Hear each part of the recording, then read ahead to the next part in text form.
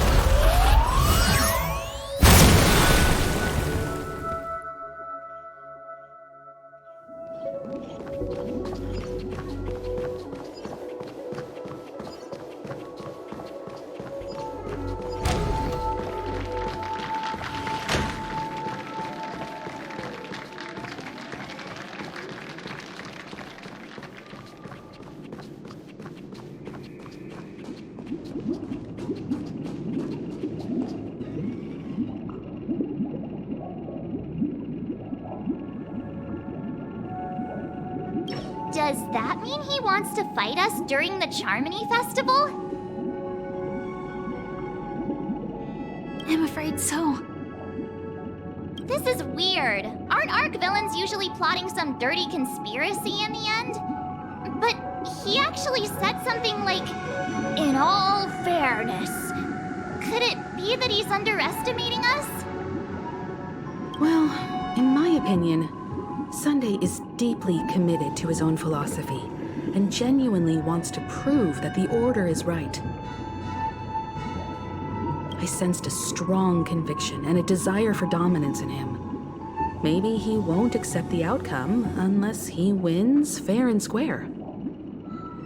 That's why he'll give it his all in the upcoming battle.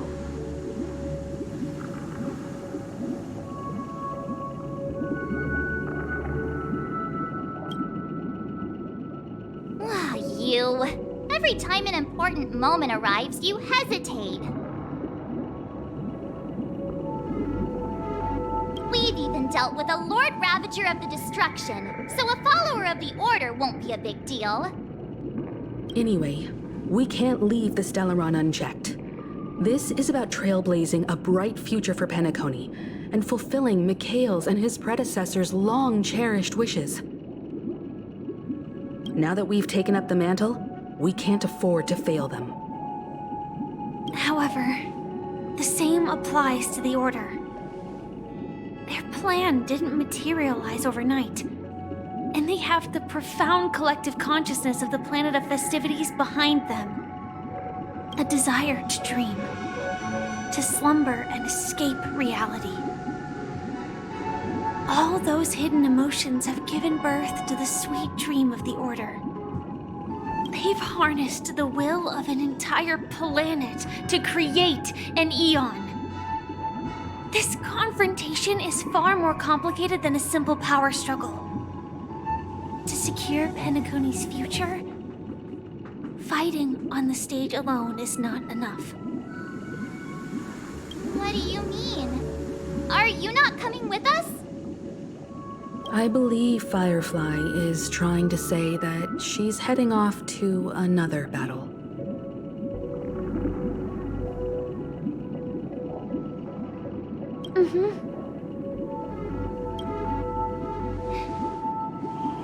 Before I left, the Destiny Slave told me that this journey would bring unforgettable rewards.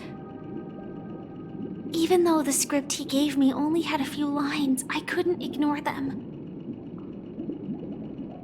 Because one of the lines said, "I'll experience death 3 times in the land of the dreams." 3 times? This can't be serious, right?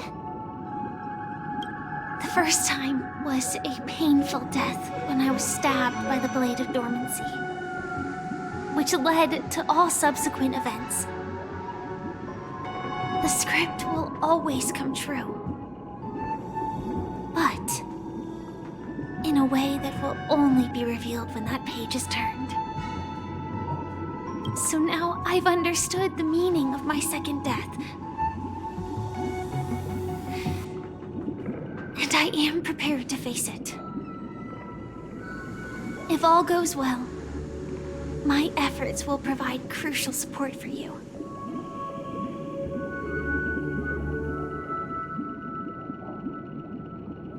Only by achieving victory in this battle can we secure a future for Penacony. And only then, my third and final death won't come true in the most terrible form. The most terrible form? Does that mean... The true death, where everyone in Penacony loses themselves completely in the eternal sweet dream of the Order. We must do everything we can to prevent that. Have you made up your mind, Firefly? Yes. Otherwise, I wouldn't be here. Thank you again for your assistance for the Astral Express. May we meet again, in reality. Yeah. Farewell, everyone. May your trailblazing expedition never end.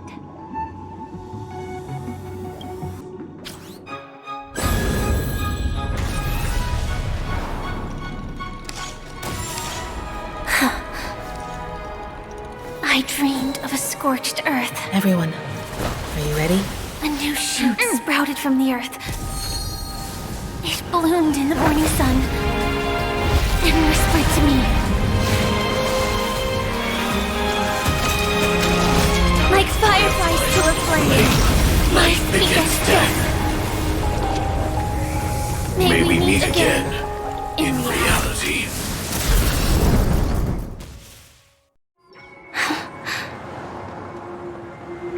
After today, Japella's name will disappear from cosmic history, and the Everflame Mansion will take its place.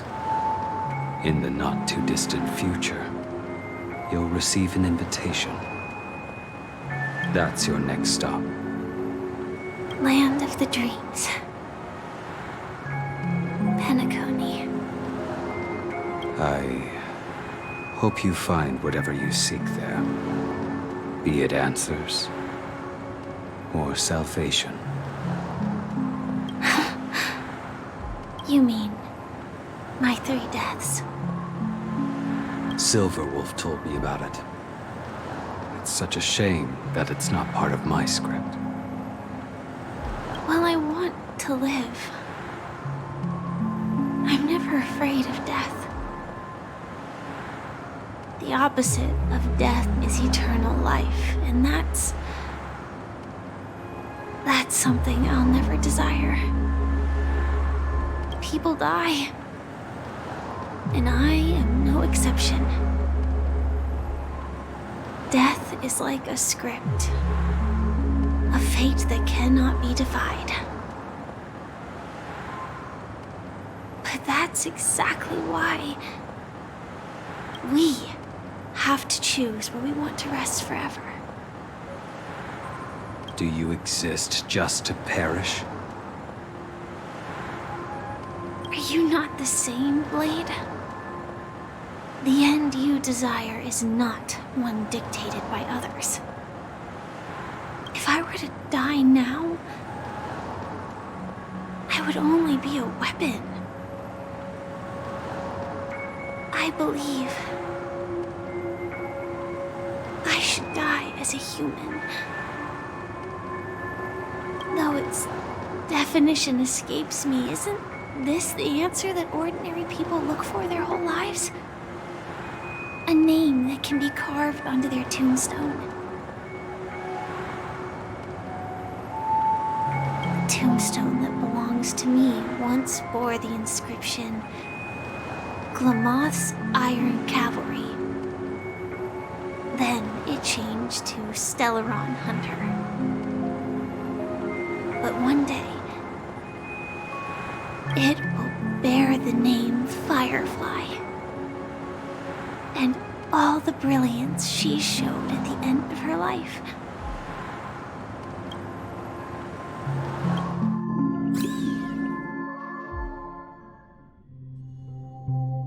That's quite unexpected, old man. Who would have thought your crazy plan would actually work? Do all you nameless fools just act on a whim? I can sense that this false sweet dream is coming to an end. The nameless may be young, but they had the ability to achieve this goal. Just like you did in your time. It's a shame you won't be able to see it firsthand. Maybe I won't either. Once something fictional is seen through, it ceases to exist. Yeah, not just those nameless. Even Mr. Wings is just like you. Stubborn, won't listen or give up, no matter what. Well, fate is unpredictable, I guess. If we weren't bound by those cursed paths, Maybe we could have had some good talks. But in the end, we managed to do it. Now we can find solace. Remember how those idiots cursed us? They said, "Go to hell, you worthless traitors." Well, I don't know if they really meant it, but if longing for freedom means going to hell, then I'll be joining you soon, you fool. Let's get together and have supper again in hell. Oh, almost forgot. There's one more thing. Here's to you. A glass of hello and goodbye, Trailblazer. To the imperfect tomorrow.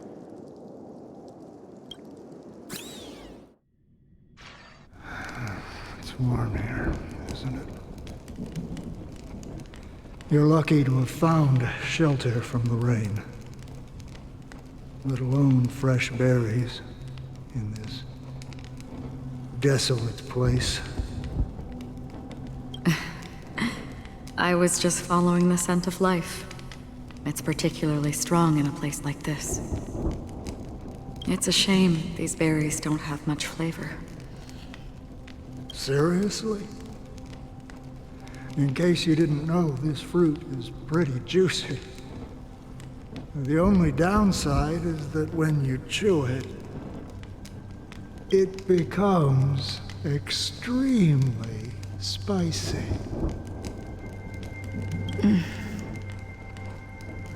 Have you lost your sense of taste? I can still taste certain things, like a faint sweetness. Before coming here, I stopped by a place called Orkron.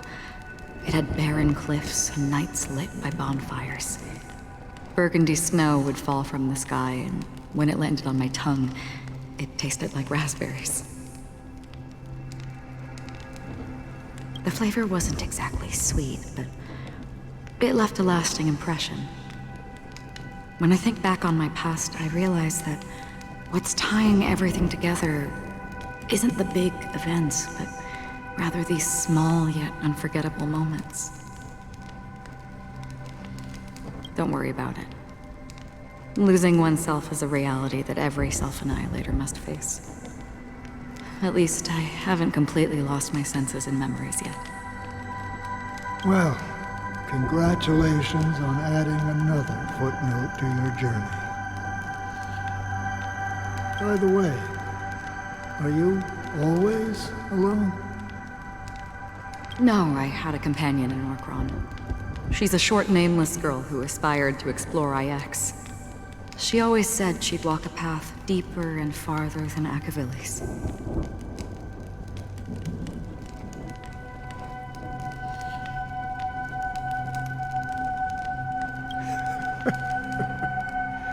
Quite an ambition for such a small girl. So, what happened? She became stagnant water. Well, my condolences. Condolences. I don't need them. The girl left with a smile. She never regretted her choice and most definitely wanted me to say goodbye with a smile. So, that's what I did. That's proof that you're grieving for her. Or perhaps I'm just afraid. Afraid? I rarely sense that emotion from you. What do you fear? I'm afraid I'll forget the 30 days I spent with her, just like all the other days in my life. Most of them have already washed away with the rain, disappearing into an unseen realm.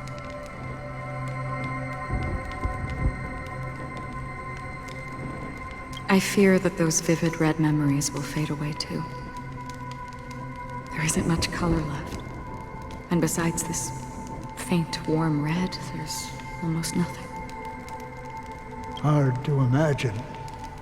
A ranger accustomed to bloodshed, destruction, and chaos finding warmth in the red color. Because I have experienced this warmth many times. Long ago, I promised someone that I'd bring it to more people. And that for every remaining moment of my life, I'd strive for a better ending for all. As long as this red color still lingers, I have a chance to fulfill that promise. It represents a burning fire, a blooming flower, the berries in this cave, and life itself, fleeting yet still dazzling. In the end, it will lead me beyond the horizon of existence. And on the other side, I will cut off nihility. The one blessed by the sleeping and shapeless is considering how to kill them. That's truly pure nihility. But you're right about one thing. After spending so much time near this stagnant water, only when I look at this vibrant red fire do I realize that I'm still alive. When will this rain ever stop?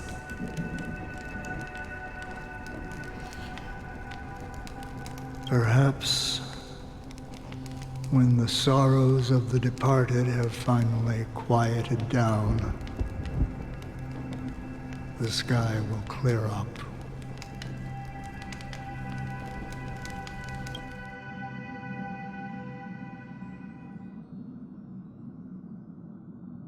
Have you heard of a planet named Biari Scamandros, Don Hung? It's one of the Paradise Kingdoms under the influence of the Harmony. A sought-after wonderland for the inhabitants of the Dardanu Major and Minor systems. Half an Amber Era ago, the family held an unprecedented festival there. And after that, everyone on the planet became part of the family.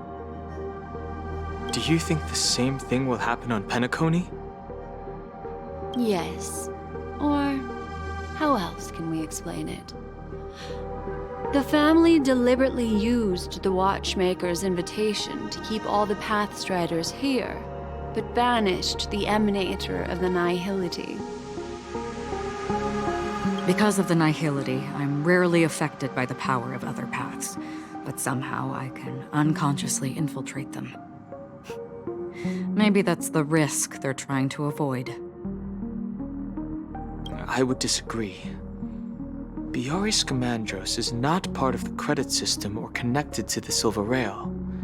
It's nothing more than a remote civilization sheltered by the Harmony. But Penacony is different. If the family messes with Penacony, that would be like declaring war on almost half of the factions in the cosmos. They have no reason to do that. No, they don't. If they truly serve the Harmony, that is. What do you mean? The path in Penacony is impure. The Harmony here has impurities. Do you remember the Ancient Swarm disaster? Tazeront, the propagation, brought endless havoc to the universe, and it eventually evolved into a fierce battle among all eons.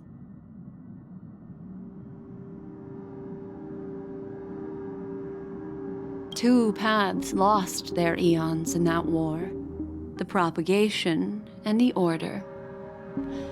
Coincidentally, their downfall is related to a certain eon. Shipe, the Harmony.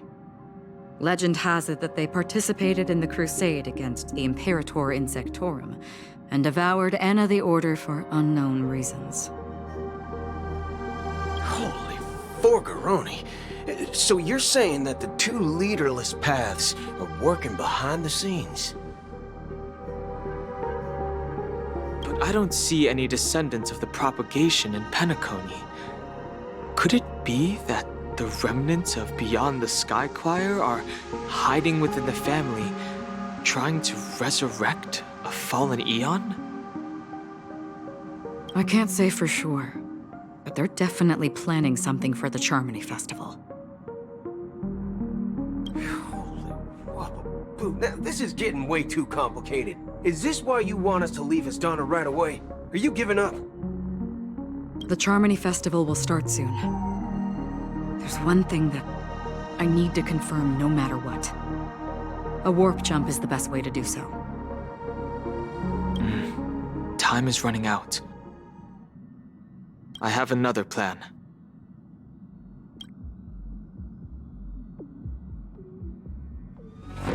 Hold on. Are you thinking of using the Jade Abacus of Allying Oath? Exactly. The assistance from the Lawful Cloud Knights would be enough. Think it over carefully. You can only use that once in your lifetime. I have considered it thoroughly. My companions are... they're also once-in-a-lifetime treasures.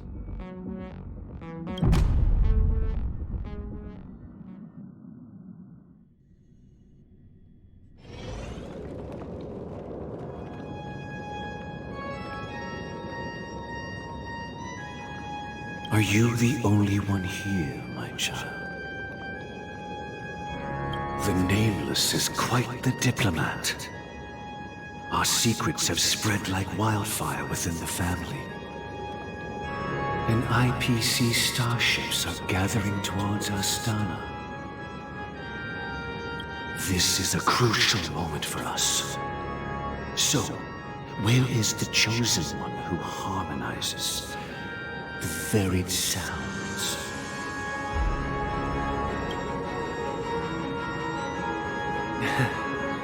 What do you mean, Master? I'm right here in front of you, aren't I? You know, she was supposed to be the star of the Charmony Festival in our plan. But the plan has changed. As her brother, I know she doesn't want to sing for the Order, so I'll take her place.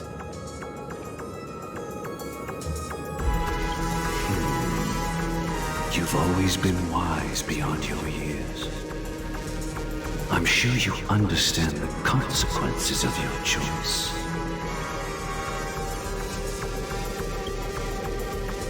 If you consider this a betrayal,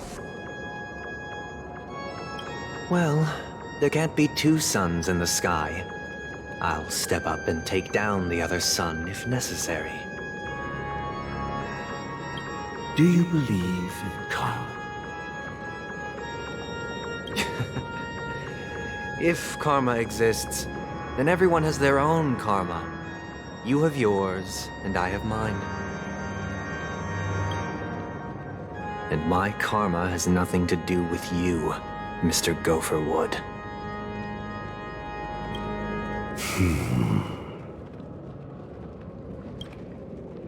All right. Since you're willing to sacrifice yourself for her, I'll grant your wish. Well, the compromise came sooner than expected. Why? You and your sister were born as twins of the Order. And one of you is destined to follow this path to the end.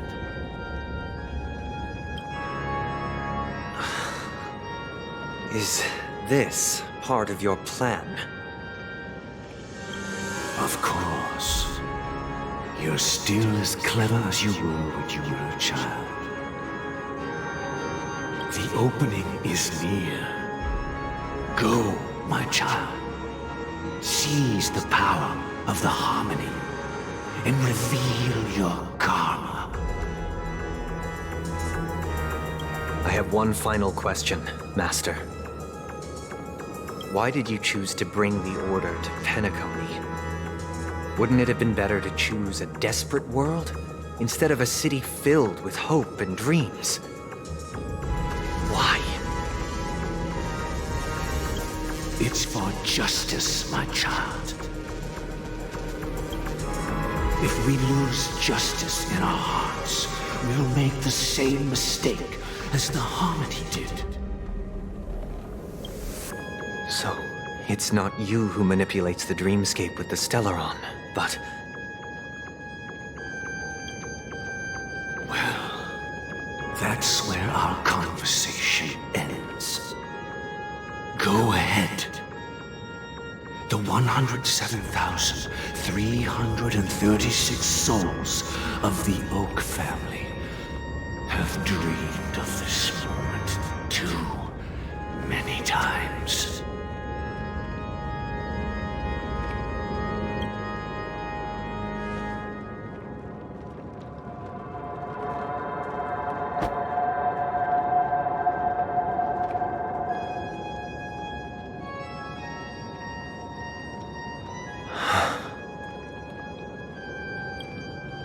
I shall ascend to the heavens, becoming the scorching sun. Bathed in my light, my people shall flourish, while all evil shall be eradicated.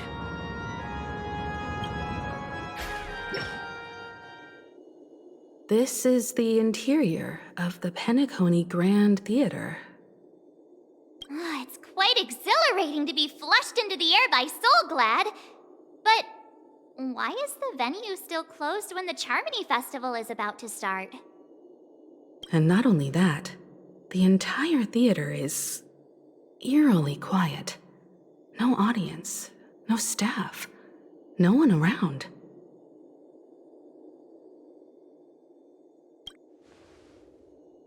Yeah, I wonder how many tickets... Hey, that's not what we should be concerned about! Let's explore around. Be careful, everyone.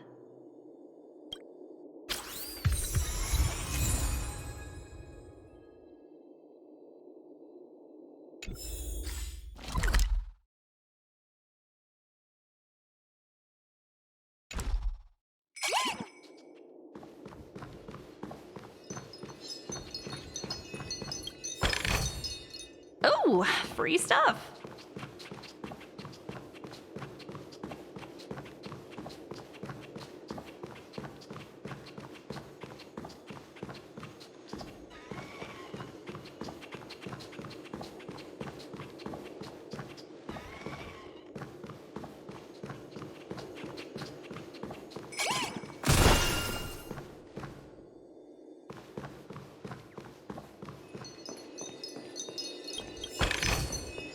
Gosh, the atmosphere here is so creepy and unsettling.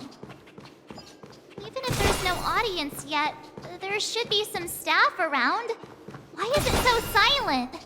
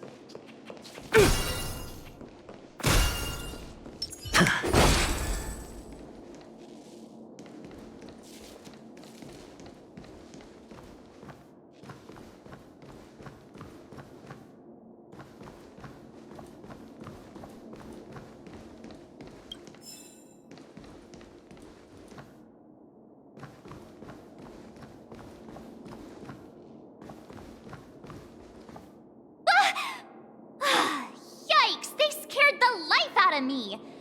Why are there so many puppets at the ticket office?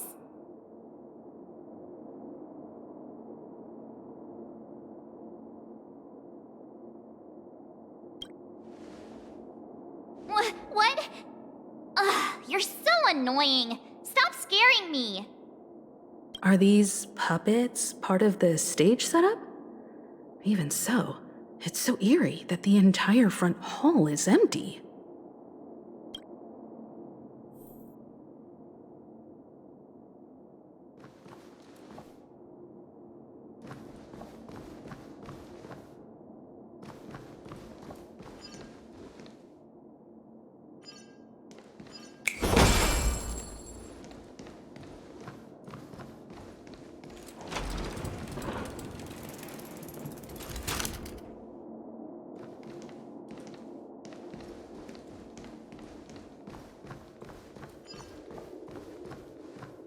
Something feels off. We're in the right place, right? There's no other grand theater in the dreamscape. So Sunday's messing with us? He said we'd have a final showdown on the stage, but why is there no one here? My apologies for the delay, March 7th. You scared me. Where are you now? I'm waiting for you behind the curtain. Following the Asdana tradition, I invite you to enjoy a stage play in 3 acts before the festival begins. History is a mirror reflecting the universe's true essence. Let's use this opportunity to delve into the rich history of Penacony and the eons. Within it, naturally, the future takes shape. Let us commence with the dawning of the world. After the Dusk Wars, darkness veiled the sky, and chaos consumed the earth. Enna the Order emerged, destined to restore all existence. That marked the first day.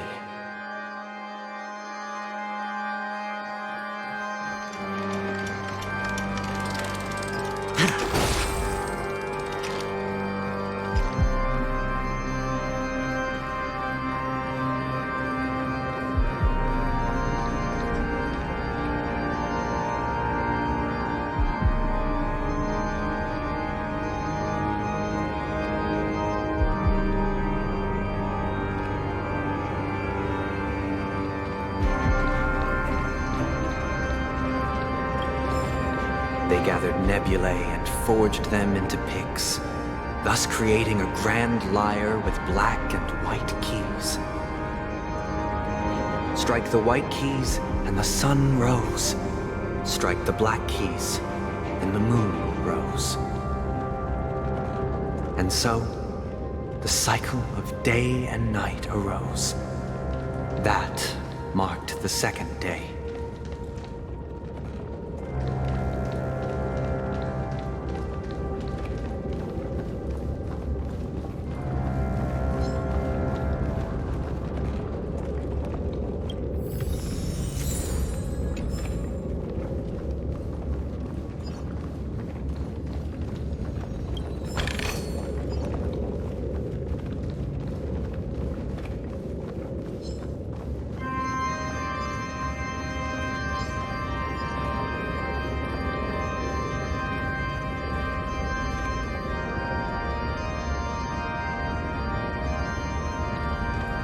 Puppets are gathering around the frame.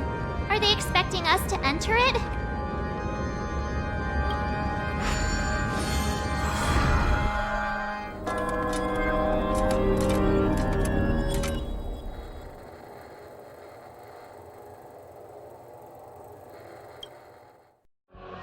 Where are we now? The atmosphere here looks similar to Sunday's inner world. Perhaps this so-called stage play is created with his abilities.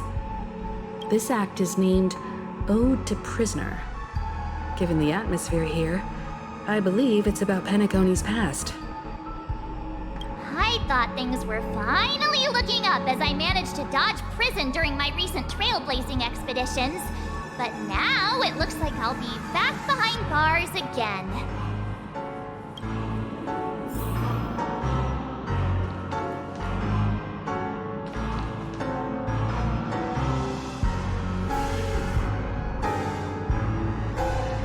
I genuinely wish to avoid a violent clash with my esteemed guests from afar.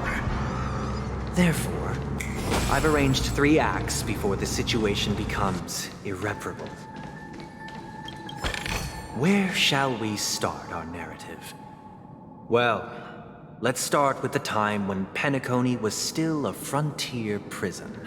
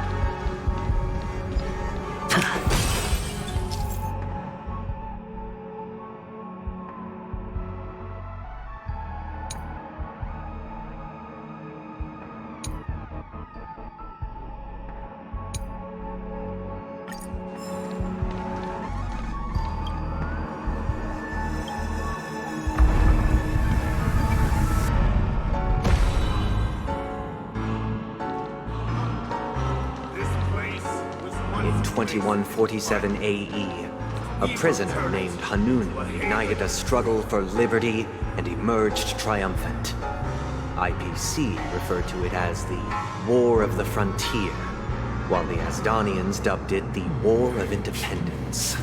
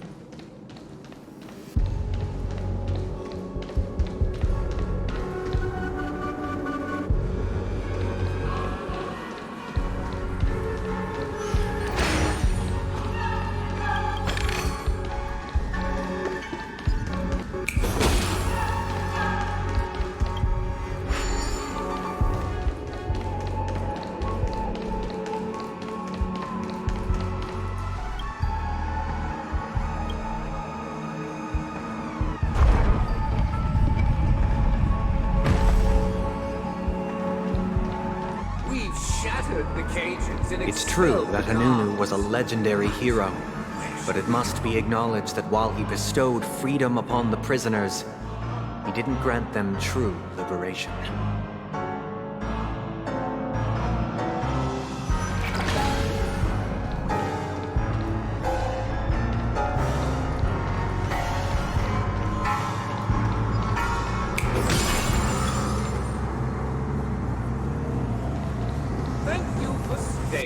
Honorable travelers.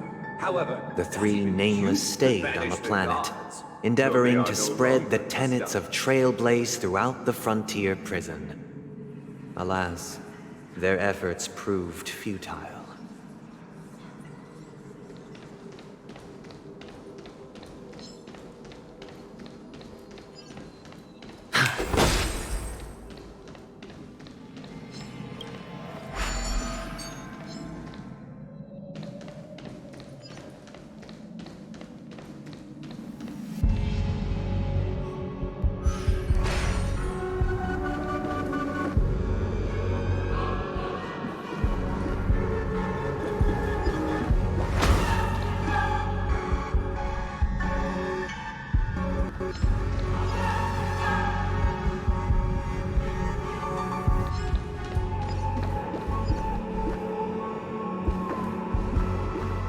Let's build another prison. Once again, as Donna was engulfed in war, this time the enemies originating from within. The prisoners remained prisoners for the rest of their lives, fighting for freedom rather than living for it.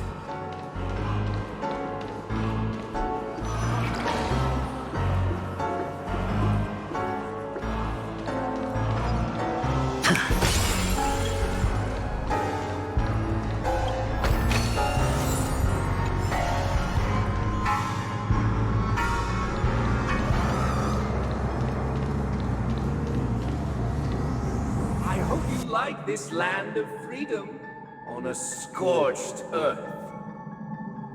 As you can see, their sentences have long ended, and the IPC guards have long been expelled. Yet, these prisoners remain enslaved, not by external forces, but by the confines of their own minds. Freedom permeates every corner, except fragile souls. It gives solace only to those who believe in its existence. Prisoners, this is my order. Learn the essence of freedom and teach your fellow prisoners to fight for their lives. Hey! Why don't we have to fight while enjoying the show? For I desire not only your enjoyment, but also your assistance in completion.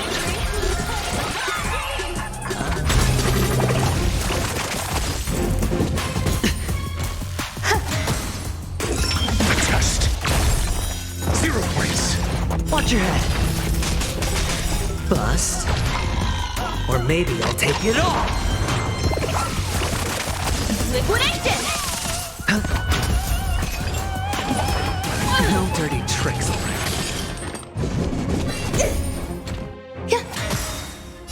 All will be swept away by the wind.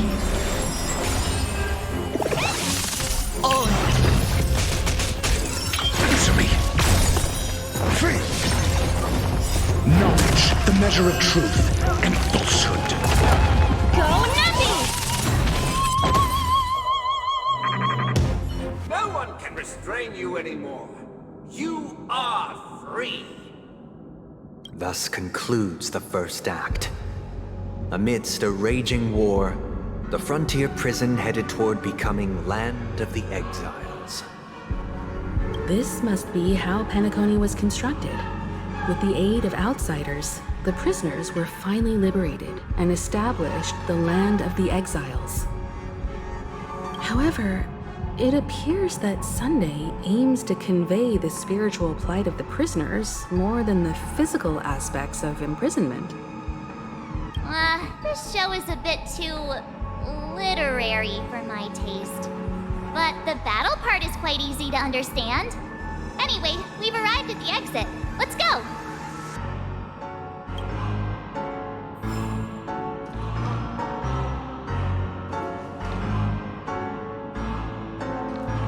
These puppets. Where are they guiding us this time?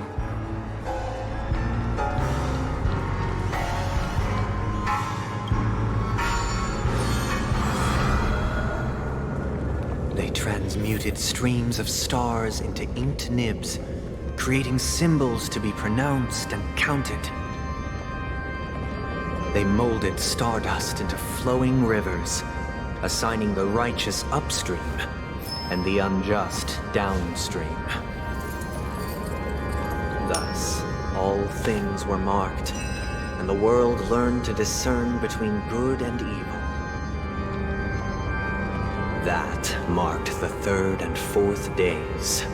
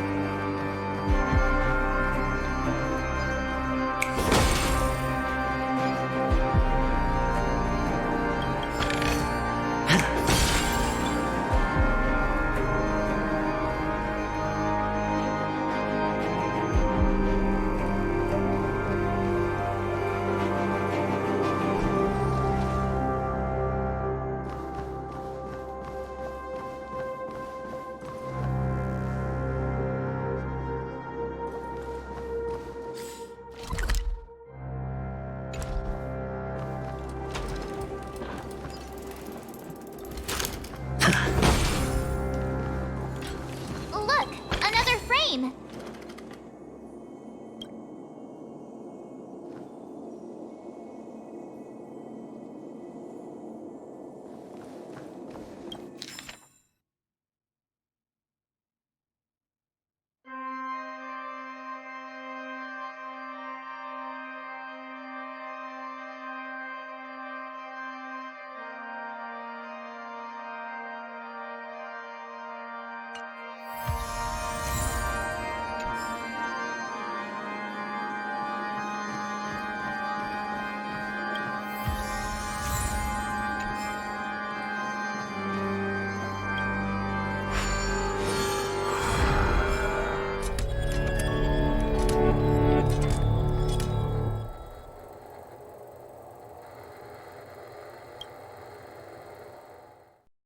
Ode to Fool.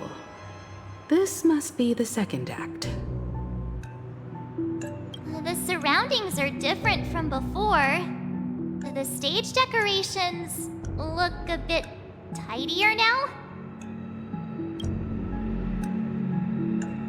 Behold the ensuing tale, a struggle for power. Penacony witnessed the ascent of the 7 major lineages: tree, grass, flower, bird, beast, fruit, and insect. Peace never truly graced Land of the Exiles. The history in this era is rich and intricate, so please allow me to present it in allegorical form.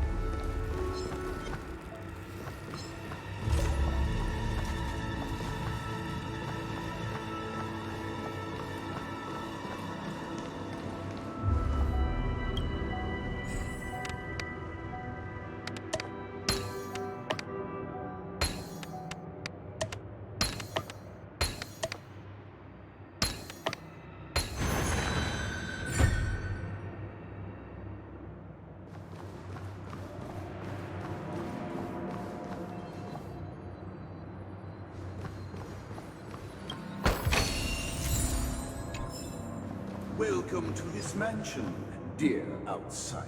Land of the Exiles was in disarray, besieged by both internal and external perils.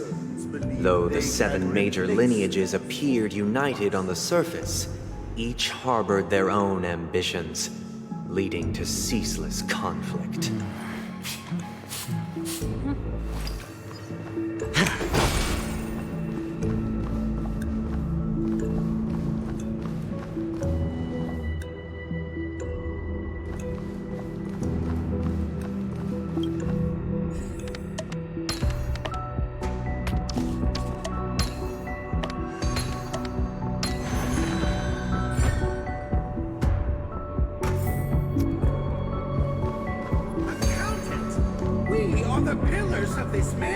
The Black Plum family was the first to fall.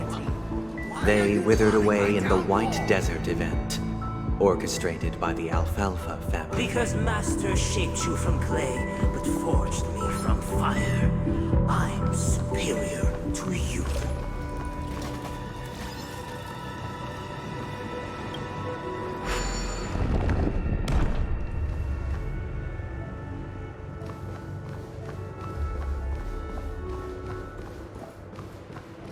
My child, you did not serve the leader of the Alfalfa family sought to defect to the IPC, trading freedom for survival.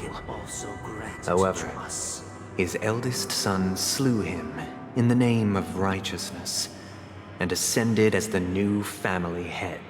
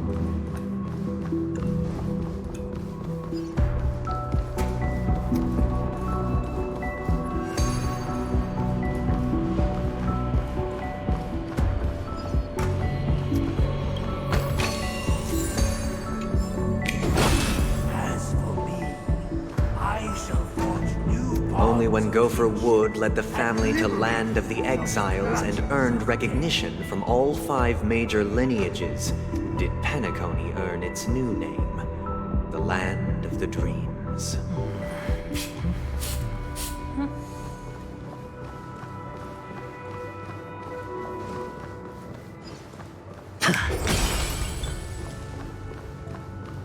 Dear outsider, I beseech your aid in purging this mansion of the poison spread by the lurking instigators.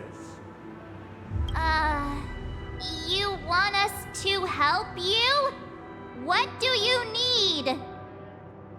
I wish they could regain their reason and cast away the shackles of hypocrisy. This is the second act. Looks like it's about Penacony's journey to becoming the Land of the Dreams, during which the family plays a crucial role. But this new master seems like a bad guy to me, don't you think? Perhaps this is the truth Sunday is trying to express, if you read between the lines. The Harmony changed Penacony just as the guards once did. Looks like we've gotta help those guys kneeling down over there calm down a bit, right?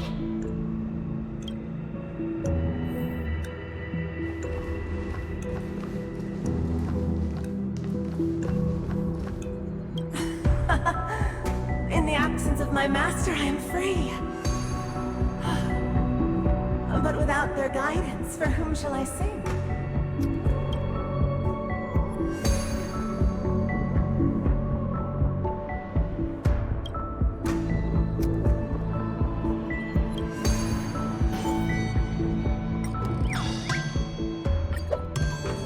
I shall sing for my new master, just as their noble voice once resonated throughout the cosmos.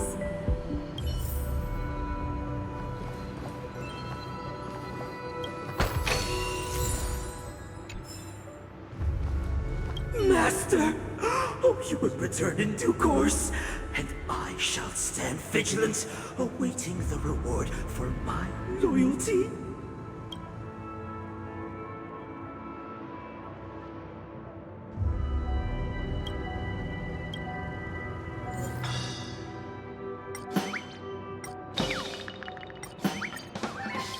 This puppet isn't responding at all. Did something go wrong?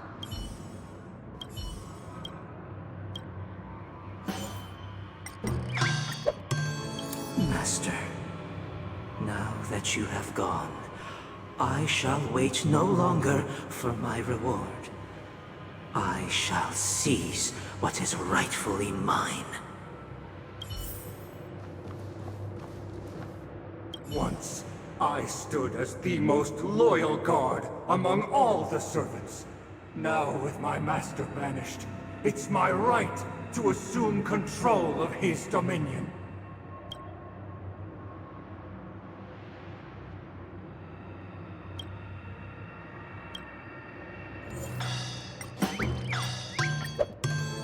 My former master has long departed.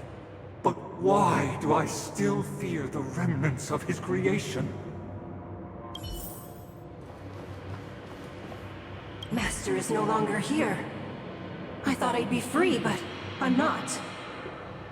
Now, without my master's command, I'll have to seek guidance from the blind.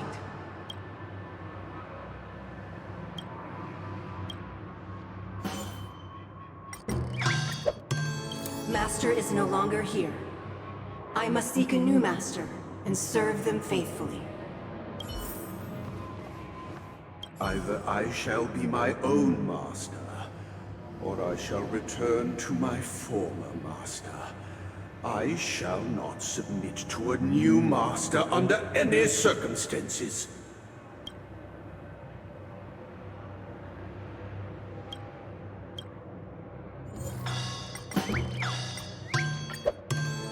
Without a master, who can grant me true freedom? Thank you, dear outsiders.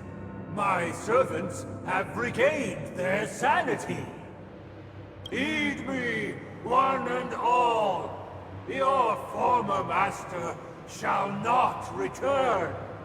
It is through righteousness and unwavering support for one another that we shall attain true perfection. Cast aside the veils of hypocrisy and embrace one another. Get ready. Looks like another fight is about to begin.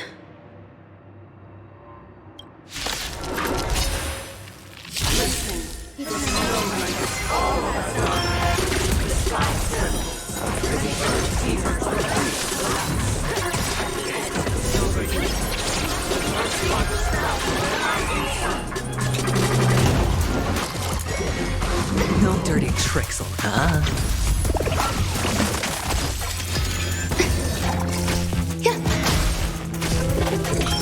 Test.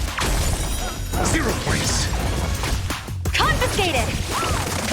Watch your head.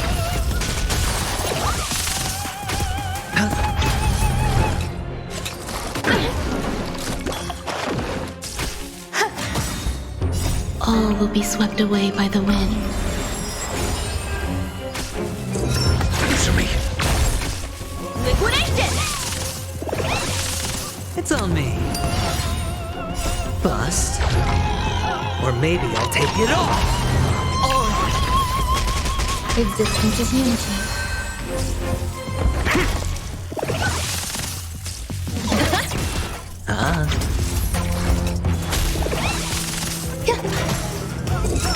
Test.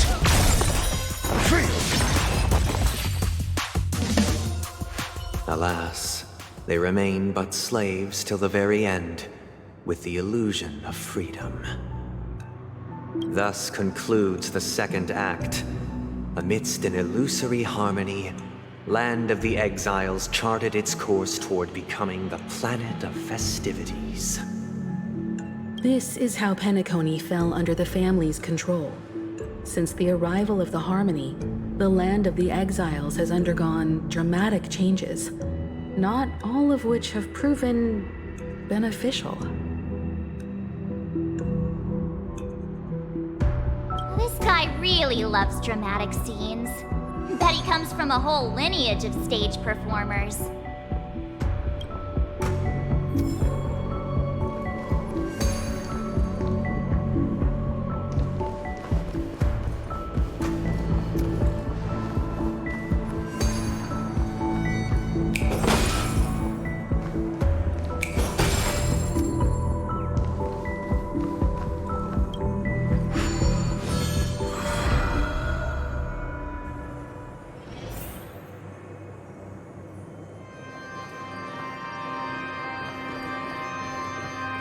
They used the planetary rings to establish the law, forging a code of conduct among the masses.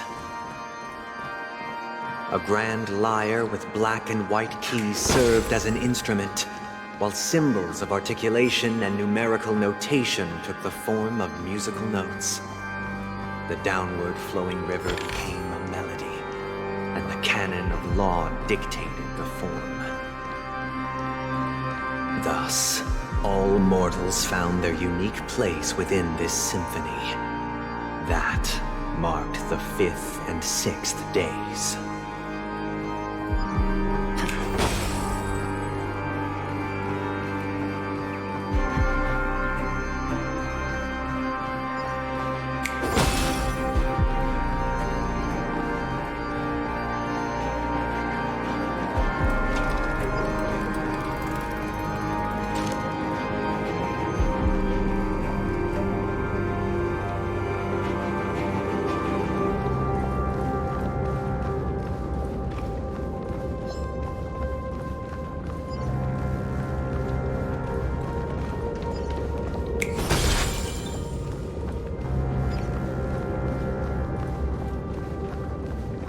This guy's really into these puppets.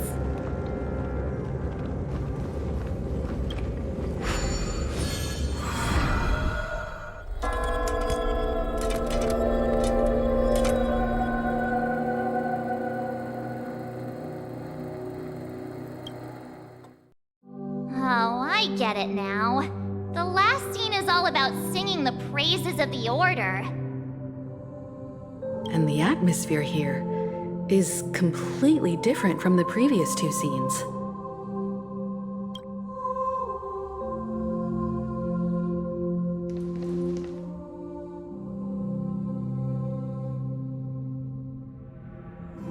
This is the concluding act of this play. I have showcased the past and present of Penacony, hoping that my desire for change resonates within you. And now, I shall reveal its future to you.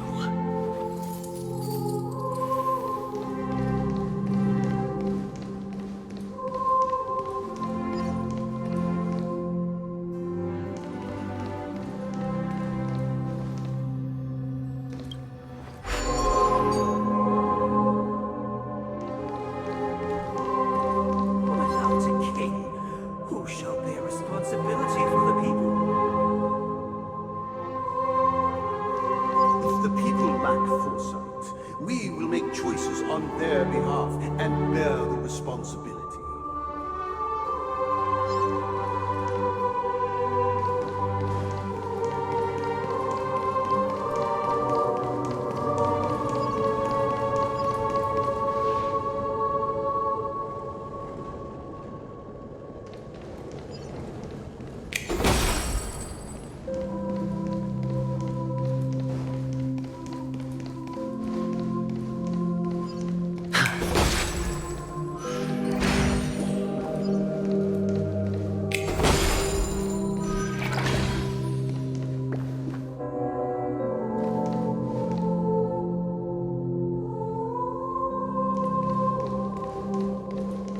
Without a king, who shall protect the weak and stand against the We shall mighty? support one another, protecting the weak and standing against the mighty.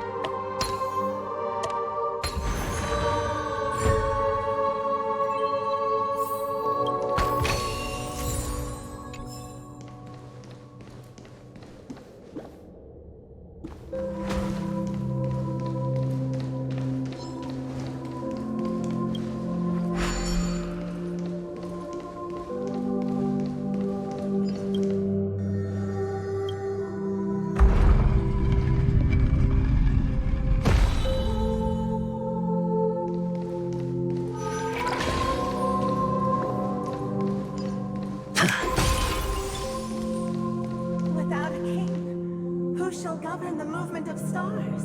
Before The ebb we and arrived, flow of tides? everything followed its natural course, and so it shall continue even after the king's departure.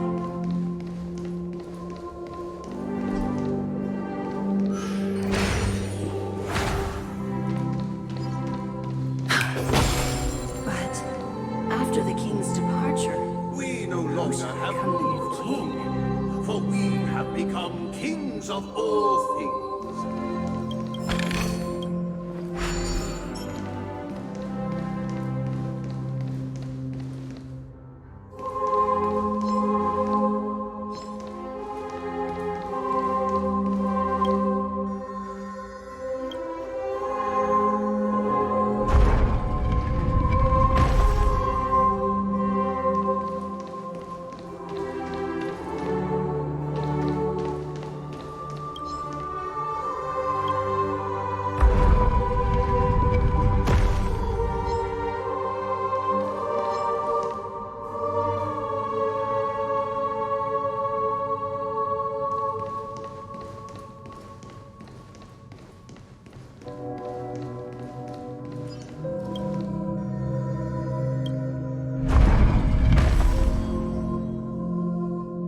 Hey,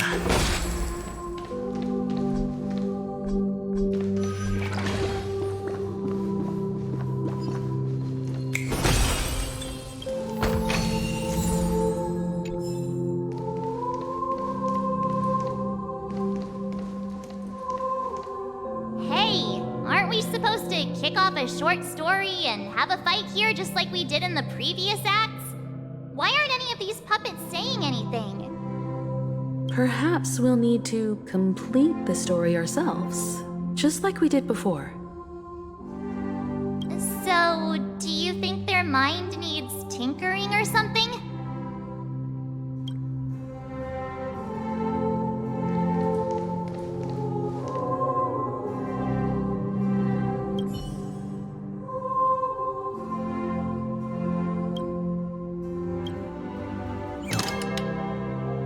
Farewell, former king. We no longer have need for a king, for we have become kings of all things. How did it go? You can't change them? What does that mean? My apologies for my negligence. I forgot to inform you that the final part was scripted long ago. Let our previous king recount it to you. Now it is time for the final rite. Prepare for battle. Looks like we'll have to fight again. Descending from the infinite spiral staircase. You must go away by the wind. No need to hide. Seek my existence. Convoys of my mind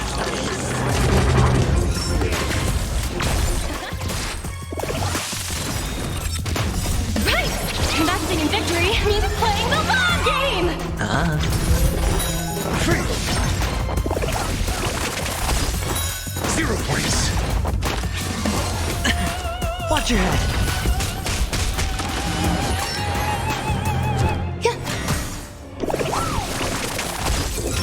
Test! Free! Leopard that.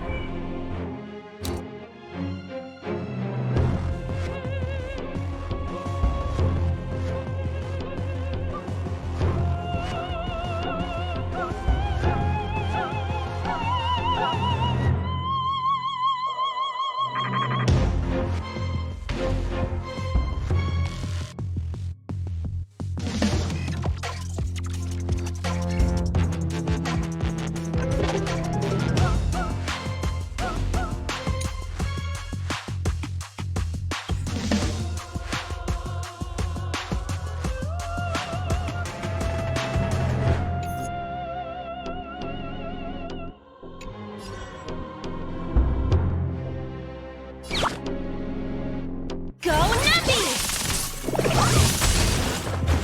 I hit the mark.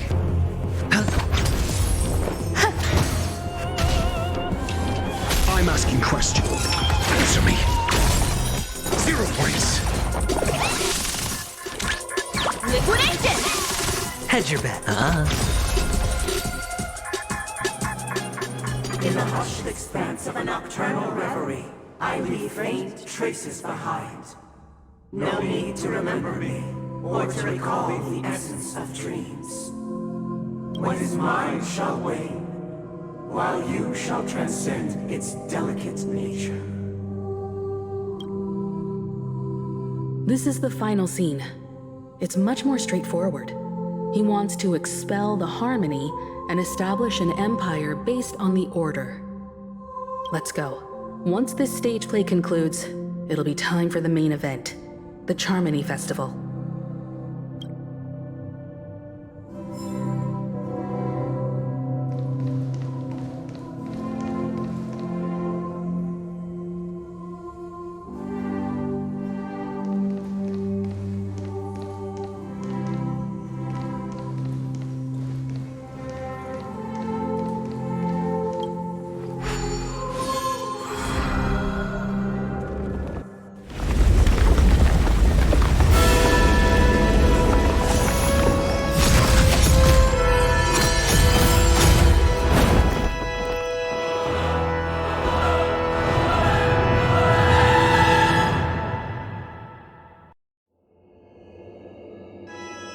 imbued the world with meaning, perfecting all things in the heavens and on earth. Then, they rested from the labors of creation. Yet, all beings cried out to Enna. Under the banner of the Order, you have defined all things in the cosmos. But this made us realize that we are but puppets in your hands. Thus, on that day, all beings united and cast the Eon into the abyss of oblivion.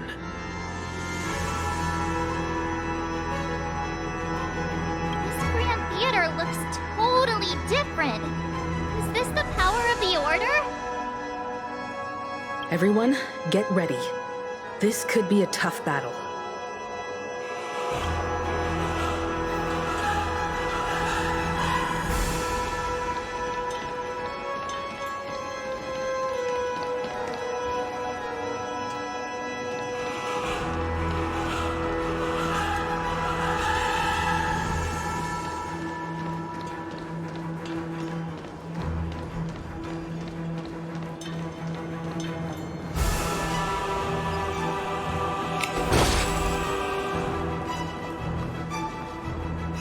That marked the seventh day.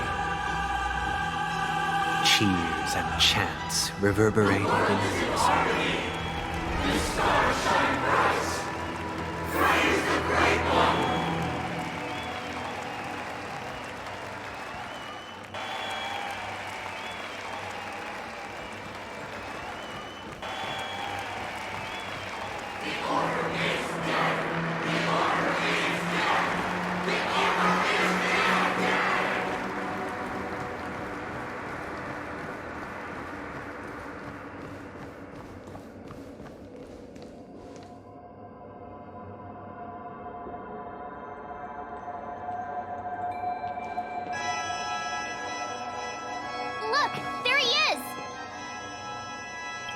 That concludes everything related to the Order. What are your reflections on this, my dear guests? Nevertheless, this is but a trivial blip in the annals of galactic history. What truly matters is the course this river shall take in the days to come. You've arrived at the perfect moment. The Charmony Festival is about to commence, and it would be a shame if you were absent for the Harmony's prologue. Allow me to extend my warmest welcome once more. Welcome to Penacony Theater, the very core of the Sweet Dream, the abode of the Stellaron, the grand stage of the Charmony Festival, and the very place where the future of Penacony shall be determined through conflict.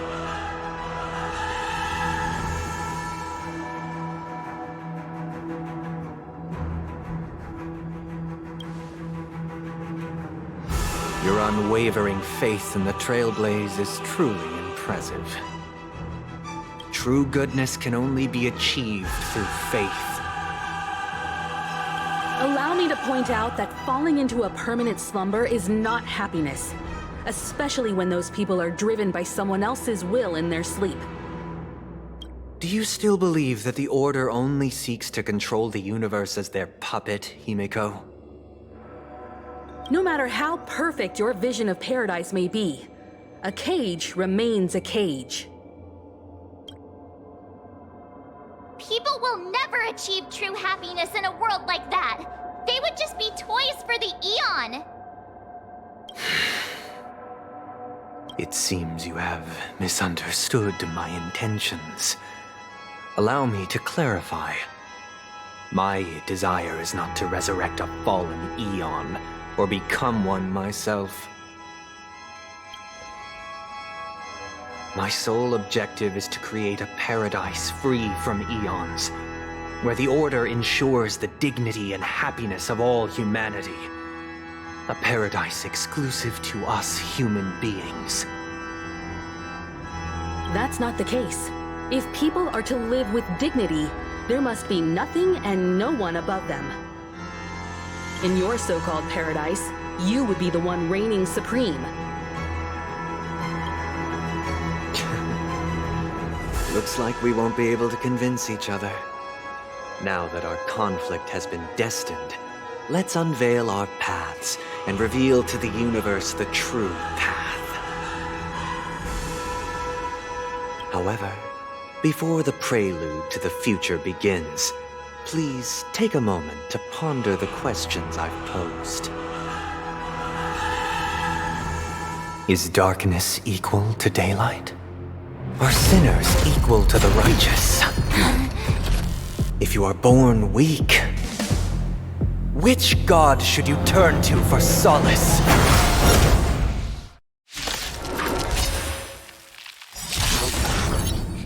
The Eon with great might. Under the banner, you have defied all things in the cosmos. But this made us realize that we are but puppets in your hands!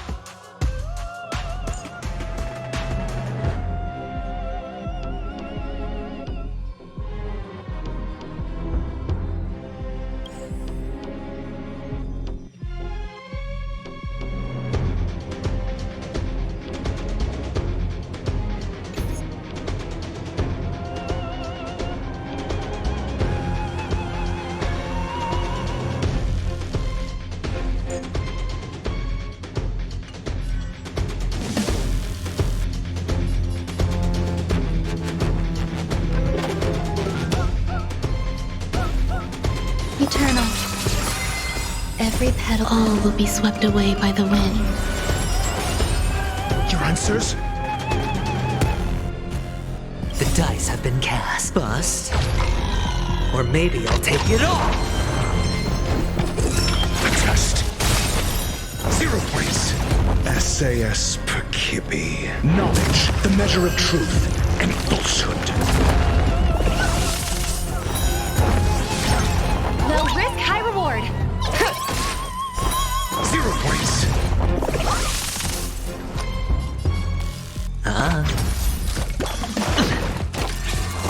No dirty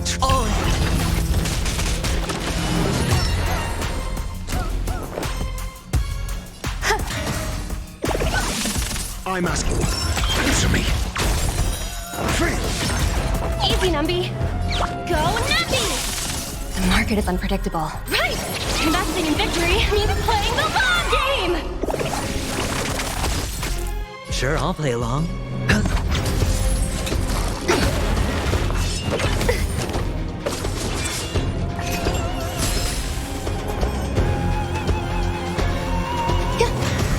Your answers? The test. 0 points.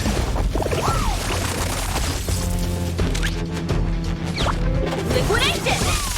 Watch your head.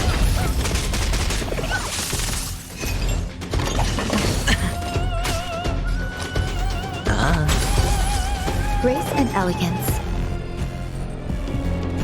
Existence is unity. Every petal, all will be swept away by the wind.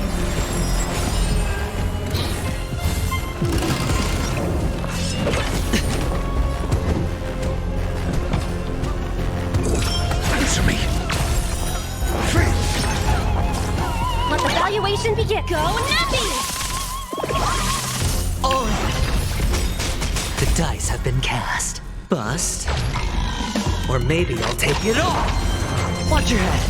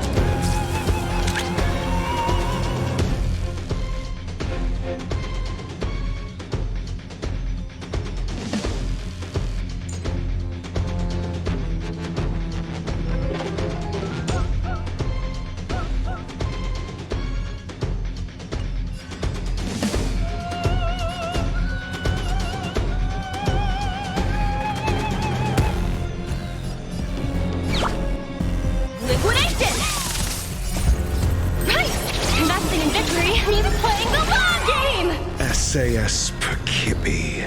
Knowledge, the measure of truth and falsehood. Free! I hit the mark.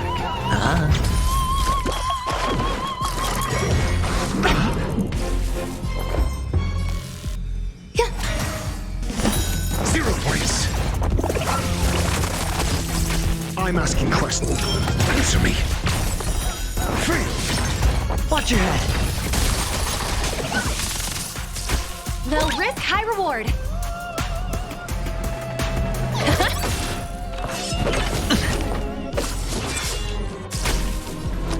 It's on me. The dice have been cast. Bust. Or maybe I'll take it all. Eternal. Every petal and all will be swept away by the wind.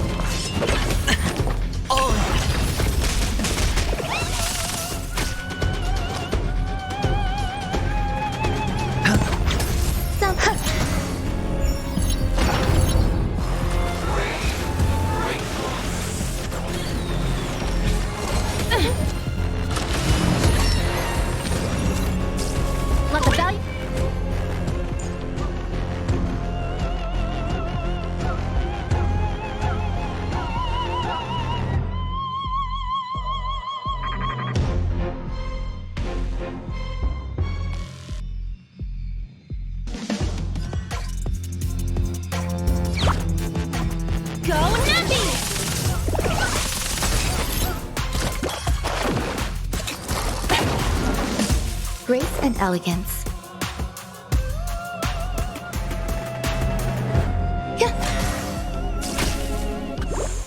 Your answers? A test. Free! Liquidation! Right! Connecting in victory means playing the long game!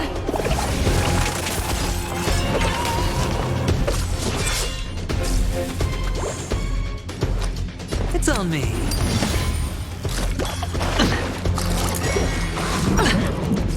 There's more to life.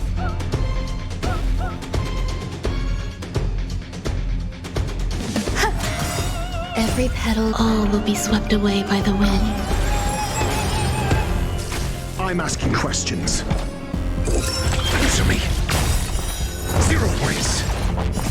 Knowledge, the measure of truth and falsehood. Free! I already know your decision. I now permit you to gaze into the sun. On these 107,336 stones, the almighty and powerful springs of harmony are at my disposal. The supreme tuner, harmonious choir, Dormini Cruz.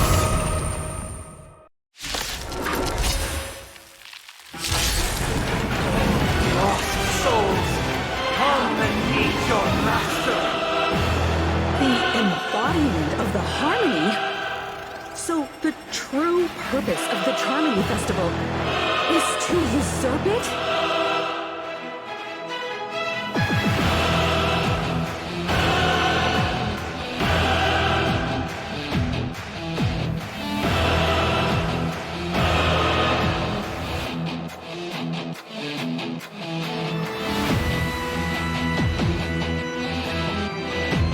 Waiting means change.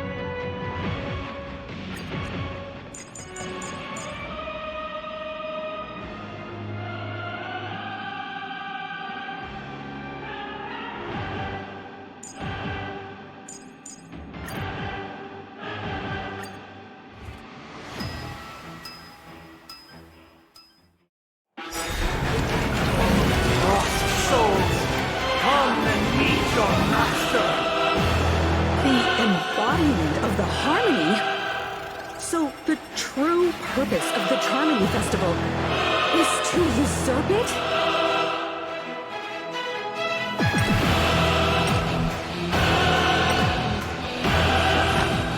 Existence is unity.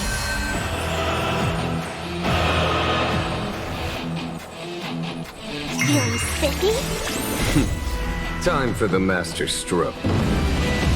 Show no mercy. Conflict is pitiless. Sure, I'll play along.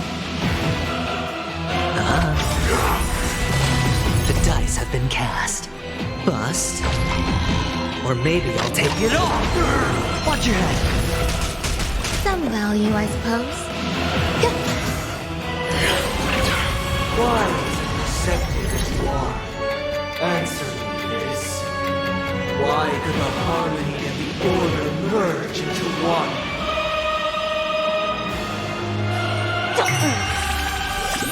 Let's play. Can you find the answer?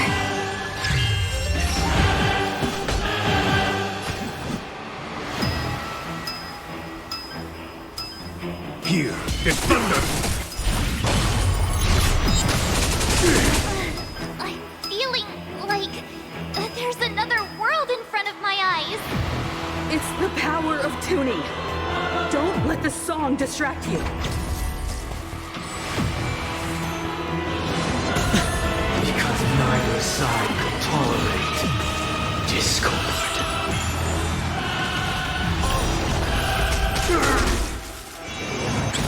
I'll go easy first. Feeling spiffy? Follow my charge. Conflict is pitiless. Grace and elegance.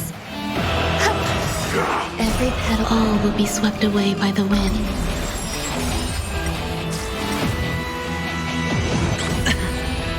All in.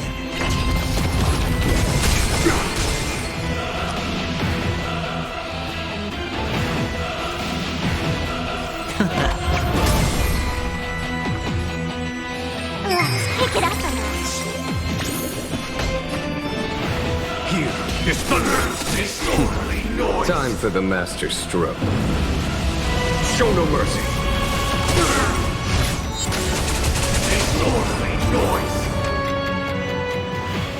The time has come. Creation will be reborn from the remains of the gods. Dan Heng?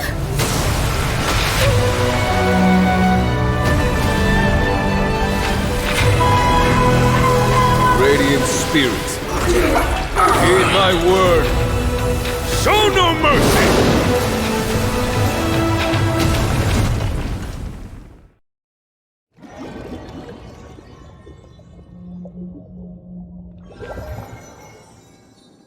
Wake up! Wake up! Hey, wake up! The sun's frying your butt! Huh? Are you alright? Can you hear me? Do you remember your name?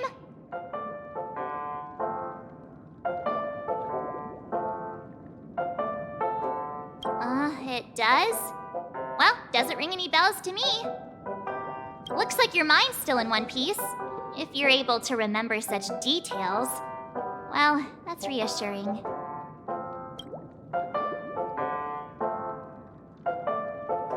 It's a long story. Simply put, Dan Heng used the Jade Abacus of Allying Oath when we were in the middle of a fierce battle and summoned the general to help us just in time. And then we returned to reality. Look, this is your room.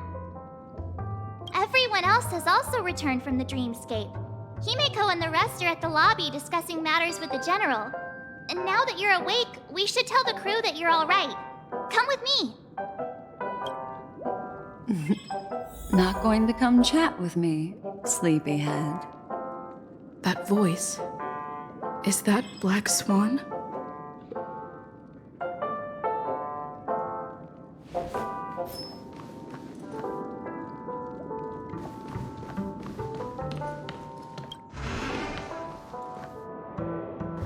Hey, where are you going?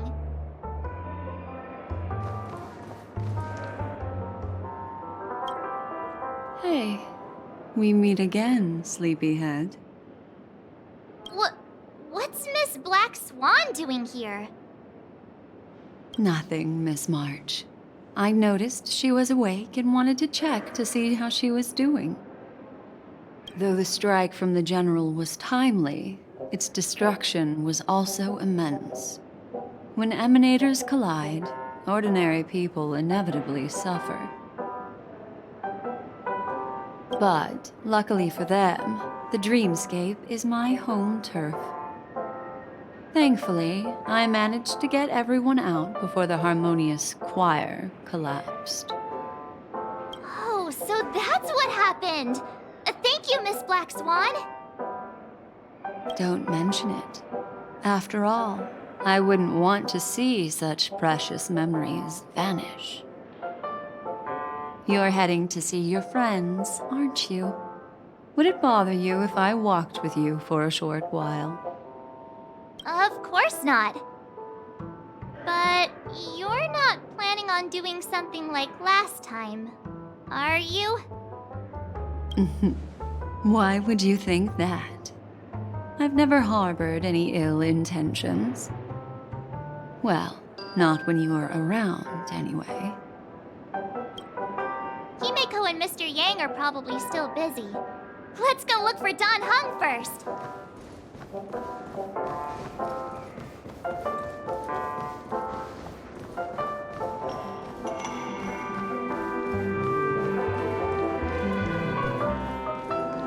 Look, he's still talking to that cowboy. One peach soul glad? You're awake. How do you feel? Well, fork me. You must be that Stellaron they were talking about.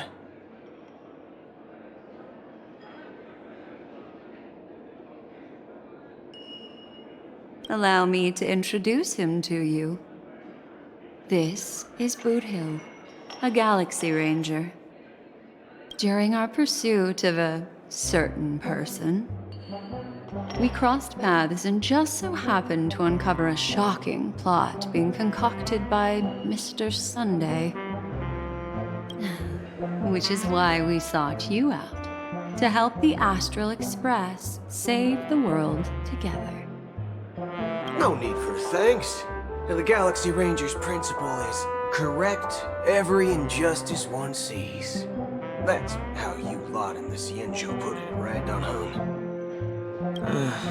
More or less. Wait, hold on a sec. This is the first time I'm hearing about this certain person. Who are you chasing? And why would that lead you to the Express?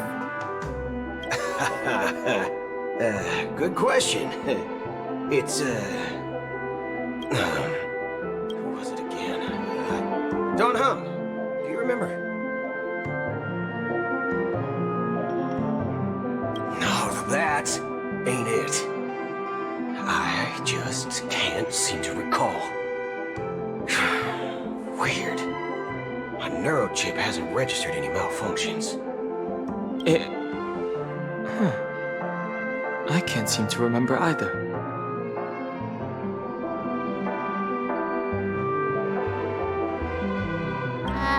What's going on? Heck, forget about it. If it slipped all our minds, reckon that person was just a minor scoundrel. Unimportant. Ain't gonna stop us from piecing together the story anyhow.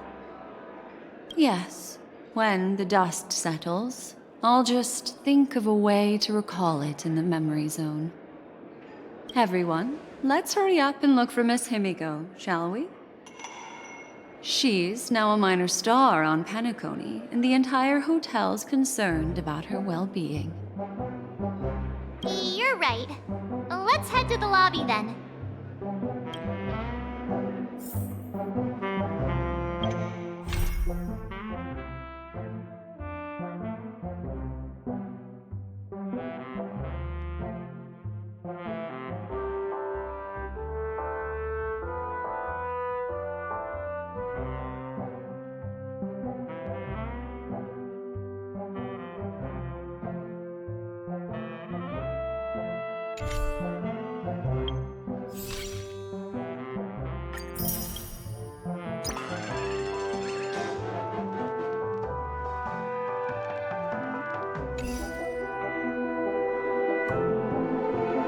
You guys go. I'm an outsider, after all. I'd rather not disrupt the long-awaited reunion.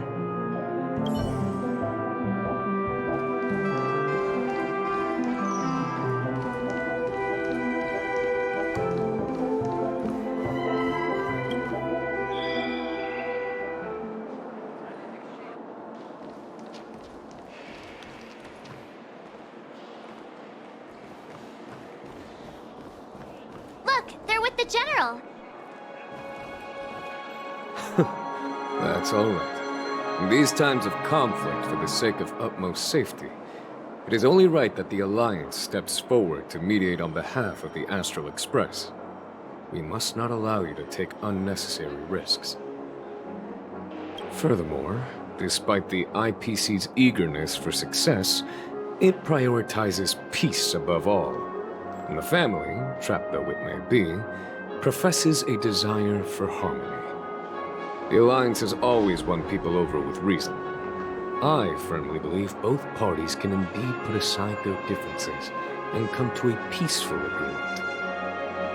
The General possesses a deep understanding of the greater good.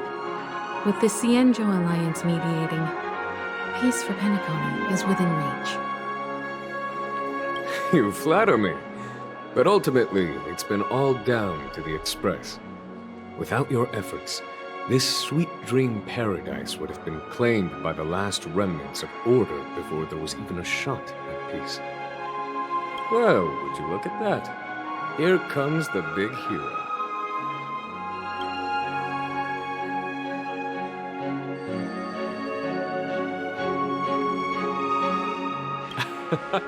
If it isn't the galactic baseballer, a hero with unparalleled insight.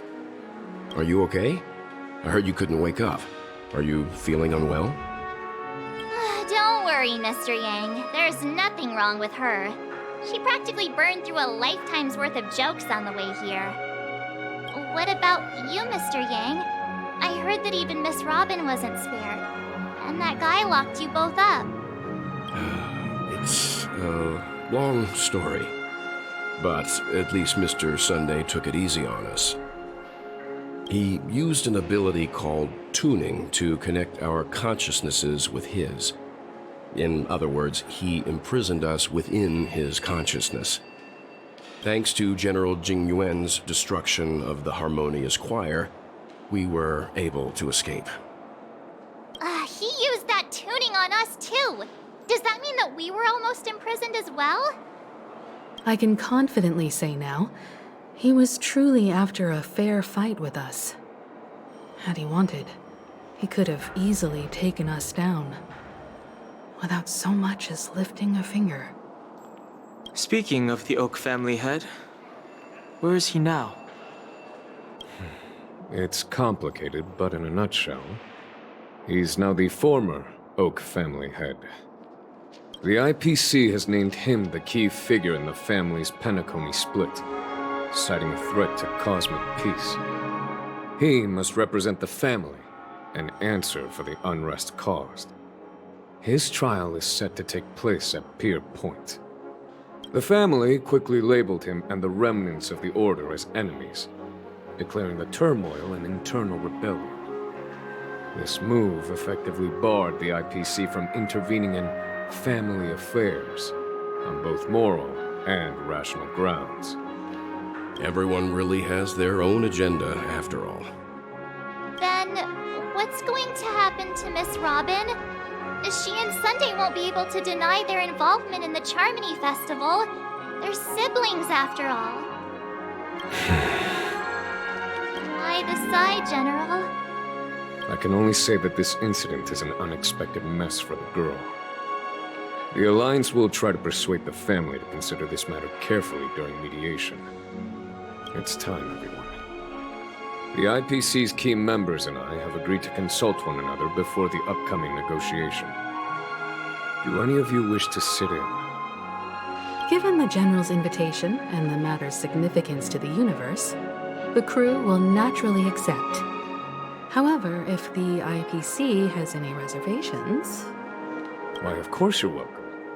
They've mentioned that your team is a trusted ally of the IPC in Penacony, so there's no reason not to welcome you. Besides, if there can be reliable observers from the Astral Express present, discussions will go more smoothly.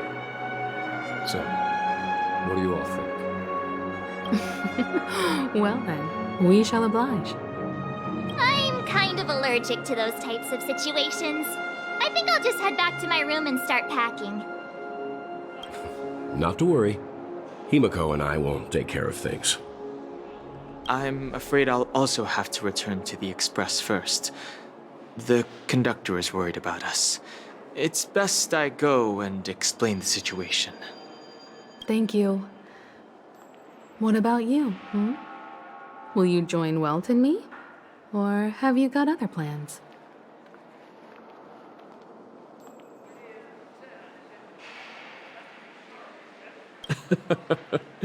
Good guess. Although I'm not too sure of the reason, the representatives from the IPC have insisted on her presence. Allow me to lead the way. Follow me, please. The negotiation will commence at the hotel lobby. Everyone, please follow me.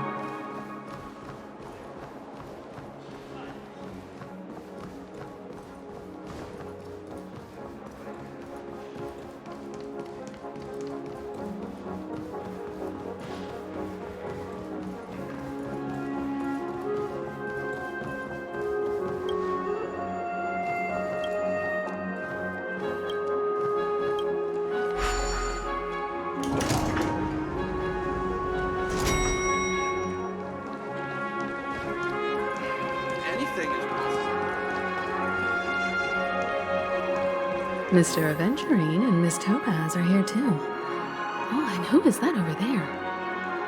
The Intelligentsia Guild's Dr. Ratio. This assembly is quite something.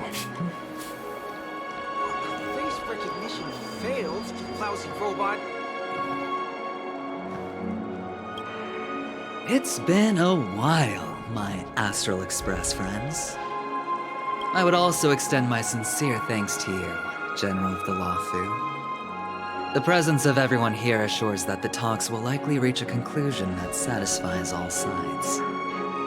Oh. Looks like everyone has come with expectations. Care to share? Of course. Topaz, if you please. Sure, leave it to me. In summary, it's good news.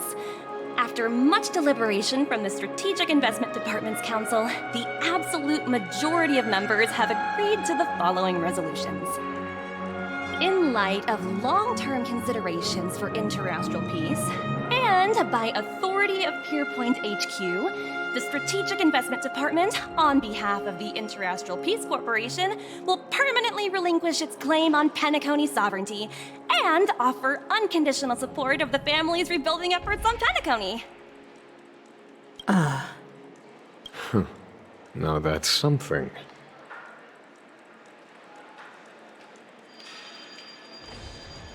All in the name of peace. That's our motto. Has the IPC finished sharing all its thoughts? Then it's our turn. The Guild, much like the Genius Society, has taken a keen interest in the recent calamity in Penacony. Ultimately, both parties have agreed to a comprehensive collaboration, offering technical support for the reconstruction of Penacony. The floor is yours for the finer points, Mr. Screwlum. Enlighten us, please. Organic life's unrelenting search to understand the realm of inner spirituality is something I both admire and envy. Inorganic life has no mechanism to evoke dreams. But when my mechanical impulses are activated, my inspiration circuits will start to operate, and I will enter a state defined as imagination. Every time, within the realm of imagination, there emerges a fire from the shadows. It is warm, bright. I frequently ponder this flame might represent the essence of intelligence, a cluster of inspiration ignited by high temperatures. The future direction of the universe may well lie within it. Alas, alas, they are nothing but projections of my thought system to me. Desired, but unattainable. But after learning of Penacony's accomplishments, I have come to realize that the flame is not beyond my grasp. After deliberations with my partners, we have decided to defer the progress of the Simulated Universe project, and instead assist the Intelligentsia Guild as technological consultants in the research of the Dreamscape and Memory Zone, so that these assets may be better used to serve humanity. Not only that, we've also established contact with the Garden of Recollection through the IPC, and they've pledged their support for our research endeavors. I'm truly happy for the Dream Chasers on Penacony. The cosmos' brightest and, let's admit, dimmer intellects are now at their service.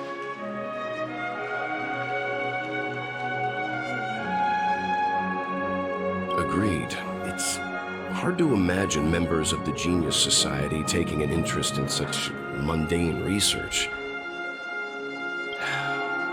Never mind. At the end of the day, this is a positive outcome.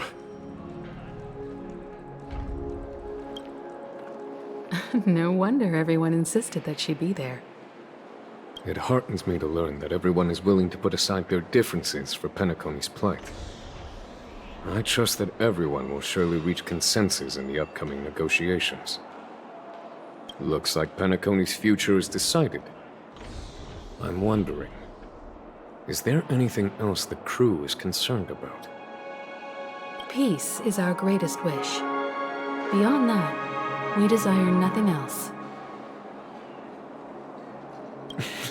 Well, that's good.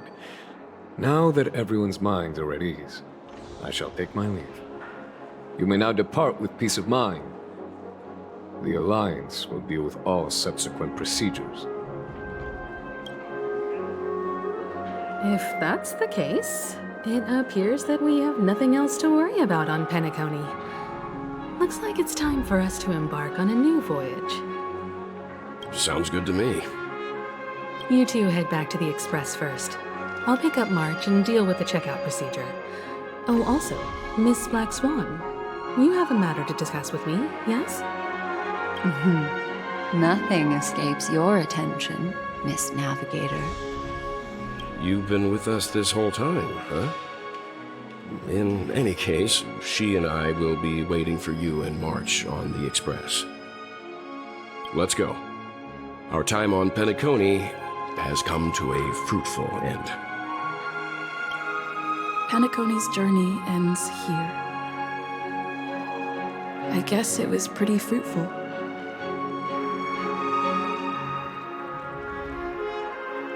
Well, seems the dust is finally settled now. Well done, friend. I am truly happy for the Dream Chasers on Penacony. The cosmos' brightest and, let's admit, dimmer intellects are now at their service.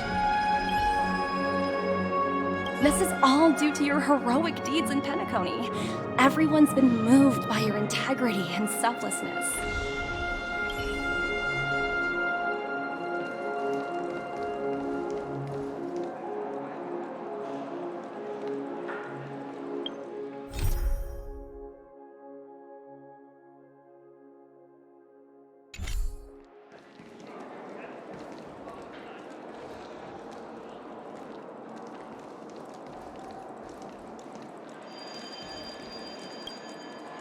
Greetings! Is there something you need?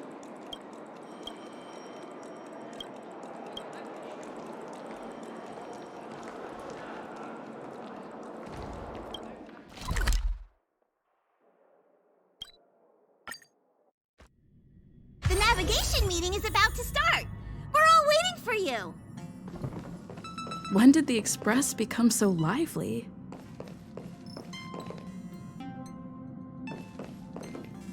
Ahem! Looks like everyone's present. Let the navigation meeting commence then! This a meeting to decide our next stop? How we doing this? A show of hands. Hold your horses, cowboy. It's for those to decide. Allow me to explain. Mr. Boothill and Miss Black Swan submitted a request to temporarily travel with the Express for their own personal reasons. As you all may know, the Astral Express never declines any passenger whose heart yearns for the distant stars. Therefore, they will be traveling with us for a while until they reach their destinations. Whoa, the Express is going to be much livelier now. But, Miss Black Swan, you better not use your memo keeper abilities to pull any pranks. Understood, Miss March. I promise you, you'll never see me in your room while you're taking a break. Don't! You're freaking me out. All right. Now that everyone's met everyone, we can continue our navigation meeting. Firstly, Pom-Pom wishes to thank everyone. If it weren't for you all unearthing the truth about Penacony, Pom-Pom would have never known where Mikhail and the rest had gone. What they had to go through was regrettable, but I reckon they all fulfilled their wishes. And it was thanks to all of you. Thank you, everyone. Now then, we come to the crux of this navigation meeting. We must decide on the Express's next stop. Let me introduce our current options. The first choice is from Himiko, the oceanic planet of Lushaka, a planet composed entirely of water. Many aquatic races reside there. Of course, it's also the home planet of the venerable, nameless Mikhail. The second choice is the agate world Melustanen, suggested by Welt. It's famed as one of the initial sites of the Stellaron disaster, and the place where the beauty Idrilla ascended. Today, it's celebrated as a planet of undying allure. The third choice is Edostar, a planet nestled within a vast ion storm region, currently under assault by the Antimatter Legion. However, the distress signals from there have recently ceased, prompting the IPC's wish for us to check in on the situation. The last choice, courtesy of Black Swan, is the glass belt Petravia, a massive belt of asteroids that was turned to glass by the Lord Ravager Zephyro. These days, it's apparently known to house one of the branches of the Morning Actors Troupe. Ooh, so many options. I'm seeing stars already. Next up, everyone will select the destination that they wish to visit, and then we'll put it to a vote.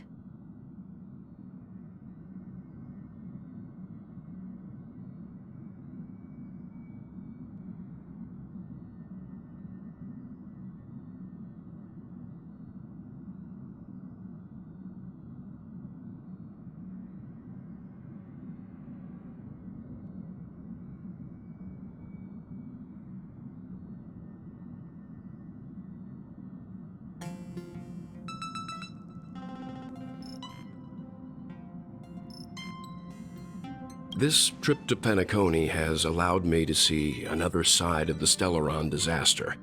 In terms of symbolism, the state of the dreamscape bears a striking resemblance to the agate world. Visiting it might deepen our understanding of the Stellaron. That makes sense. If that's the case, I vote for the agate world too. I personally think the situation on Edostar might be more urgent. As Nameless, should we not extend a helping hand? March is right. Though the fact that the distress signals have ceased means we're probably too late. But I still think we should investigate the situation there. 3 votes for the agate world, 2 for Edostar. Looks like we have a winner! Next stop, the agate world, Melustanen! Then this navigation meeting is adjourned. I'll go check the warp jump coordinates. Everyone can catch up on some rest in the meantime. When it's time to make the jump, Pom-Pom will make an announcement. There's still some time before the jump. What should I do? How about a chat? Over here.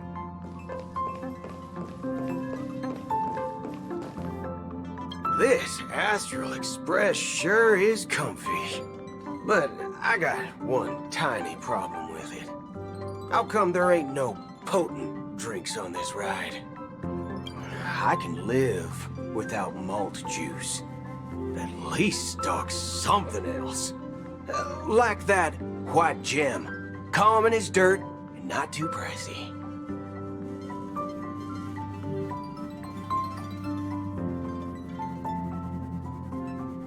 Oh, well, that's, different kind of strong. All these years out in the wild, and now I'm bunking in luxury. Gotta say, it's quite the treat.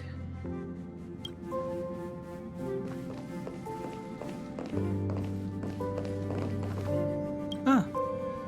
For some reason, I'm suddenly stricken by the feeling that we haven't crossed paths in quite some time. I should have known better than to expect anything serious from you.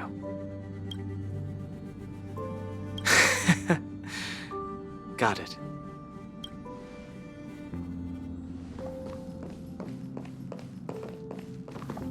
Please let this trip be uneventful. Please let this trip be uneventful. Please let this trip be uneventful. What's with you and always copying the way I talk? The last couple of trailblazing expeditions have been downright terrifying. It's about time we had some fun, cozy, and cute adventures for a change.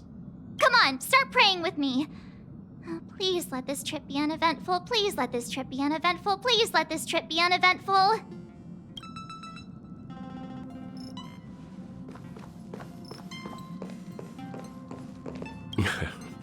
You're fast becoming an excellent trailblazer. It's an honor to be able to watch you grow. Yes, you are. I've known many warriors in my time, and only a few achieve the kind of growth you have. Back home, where I'm from, you'd be rated at least an S tier. It's not been easy for you these past few days. You've earned some downtime. I'm looking forward to seeing how you'll perform on our next journey.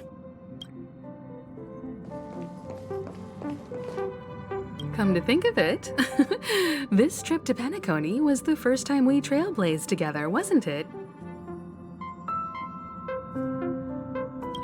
Don't worry. We'll have plenty of time to spend together on the Express, so there'll definitely be more chances for adventures like this. Turn in early today. You've really been pushing yourself hard recently. If you don't take this chance to recharge, it could lead to long-term problems. It seems fine when you're young, but it's a different story as you age.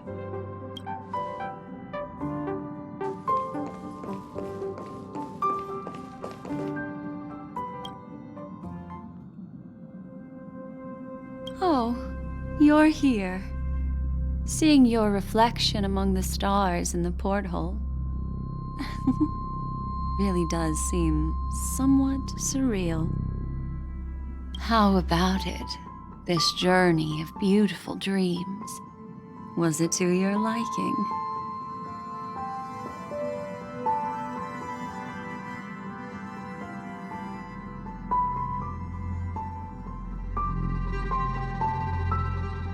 There's a rich scent of curiosity here. Such memories can be irresistibly captivating. So, how about you hand that small parting gift back to me? I'm quite eager to have it back.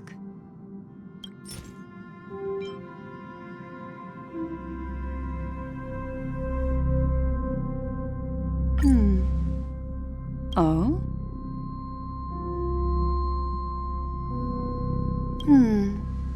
Never mind. I just stumbled upon a particularly fascinating spot in your memory. Before I explain, I would like to apologize to you. This farewell gift I gave you isn't really a compass from the memory zone, but merely an empty light cone. Remember when we entered the hotel in the dreamscape for the first time, and I procured a few trinkets from your companions. Their functions are similar. This way, I can always be attuned to your location, ready to assist immediately if you encounter any threats. But this is not its most intrinsic function. Light cones are slices of light used to encapsulate solidified phenomena. This empty light cone is the same. It can etch your memories in their most vivid form, and then allow me to admire and manipulate them, turning them into unique mementos. All the world is born from the power of mind and soul, and that power is memory. To prevent ourselves from being forgotten by the world, we must make the world remember us, or use our memories to recreate it. Life, seemingly vast, offers but a scant collection of impactful memories. Some joyful, some sorrowful, some light, some heavy. But you are different. Memory is a reflection of the future. Within that reflection, I see your unparalleled worth. You have the power to craft memories that can captivate the world. Your memory can illuminate the universe's future path. And that memory will be as scintillating as the star clusters you see in this porthole.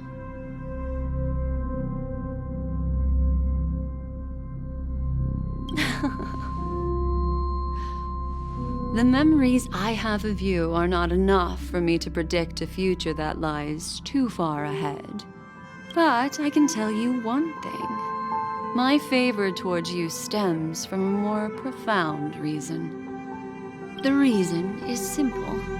In this grandiose and ostentatious dream of the families, only you personally experienced the entire course.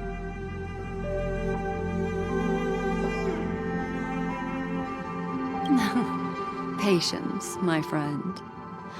I will reveal the answer to you, but that time is not now. Turn around and take a look at your friends. Every one of them is reveling at the arrival of their next destination, all filled with hopes and expectations of their own present and future. Revealing everything at this moment would be a bit of a buzzkill, wouldn't it? I'm looking for an opportune time, a time when you're totally at ease. Perhaps when the night grows hazy and you're about to drift off would be the most opportune. How about one fine night? I will prepare the candles, aromatics, and even a cushy couch to create a cozy dreamland for you. And then I will tell you the answer in the form of a little bedtime story to lull you to sleep. Hi! Hello! Attention all passengers! The express is about to make the jump. Please be seated and hold on! It looks like we're finally about to set off. There are countless gleaming memories out there waiting for us. Why don't we just leave it at that for now? That's right. As a small token of compensation for playing that little trick on you with the empty light cone, I will gift you with some words. They hold great significance to me. Life is akin to a winding labyrinth where memories serve as our sole companions. You'll remember these words dearly, won't you? In the year 2158 of the Amber Era, the first year of the new epoch, the universe resumed its intended trajectory. The kindling of conspiracy smoldered in Penacony, the land of the dreams. Failing to erupt into a blaze, it instead flickered briefly on Clapoth's anvil. before vanishing in the blink of an eye. The dead and those fated to die remain in their eternal slumber, while the living find solace in deep sleep. All clamored in a cacophony of silence, and then went about their own ways. The cosmos emanated a vitality characteristic of a new era, all for the modest price of a brother and sister's mild grief. Babies are born as stars extinguish. The silver rail unfolds. The story of the Astral Express comes to a close, yet it also embarks anew. Time marches forward, heralding the arrival of a new chapter in the history of trailblazing expeditions.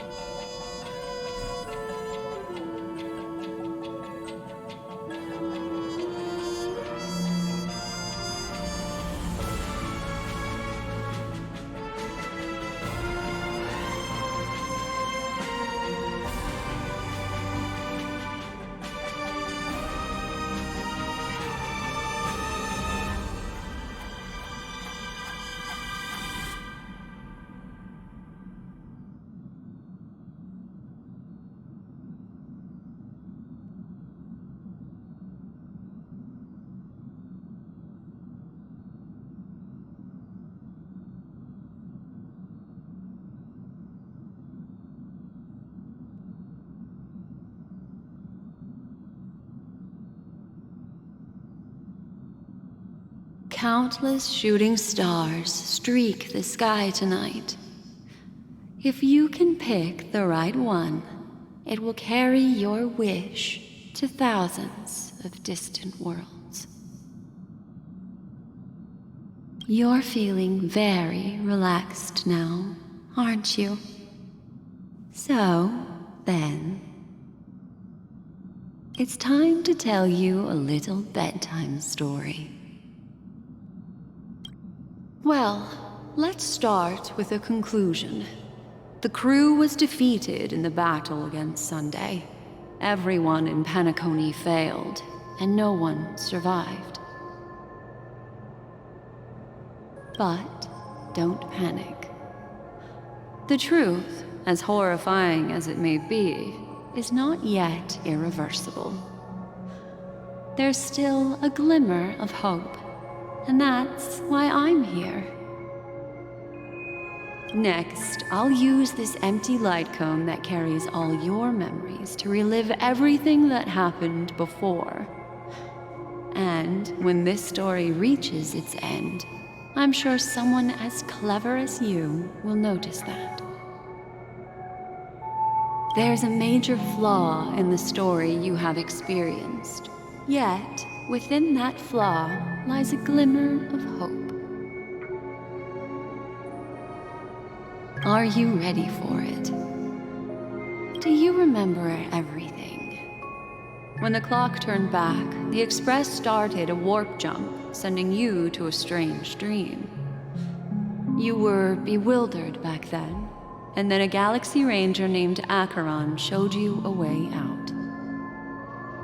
When you arrived at the Reverie Hotel, you met the doorman Misha and had a confrontation with a Venturine, an IPC representative. Thankfully, Acheron appeared again and helped you. After that, you saved Firefly and explored Penacony together. During the tour, you ran into Sparkle disguised as Sampo and accidentally entered a child's dream. There, I rescued both of you from death, but Firefly didn't return to reality. She realized the truth and tried to involve you in her plan, but that resulted in an accidental death. Even more unsettling, you soon encountered another murder. The 2 cases of death prompted you to investigate the truth behind the sweet dream. Despite your efforts to gather information about the 2 victims, you didn't make much progress. But you did learn about the Watchmaker from Gallagher. Meanwhile, Aventurine was secretly carrying out his scheme, in which you were one of the pawns. In the midst of a fierce battle, Acheron revealed her true identity as an emanator of the Nihility and unsheathed her sword. That strike foiled Aventurine's plan and opened a passage between the Sweet Dream and the original Memory Zone. Upon your arrival at Dreamflux Reef, you learned the truth that death was actually dormancy, as well as the truth about the dreamscape, the Stellaron, and the bellboy, Misha. You split up with Sunday and Robin, looking for a way to seal the Stellaron.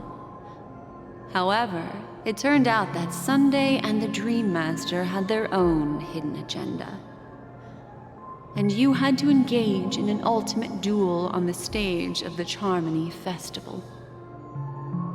Finally, the story reached its conclusion. You emerged victorious, with the Trailblaze triumphing over the Order, and Penacony embracing a bright and peaceful future. This marks the end of the thrilling journey in Penacony. I'm sure you've already noticed something unusual, haven't you? The major flaw, which contradicts all the known information, hides in this story.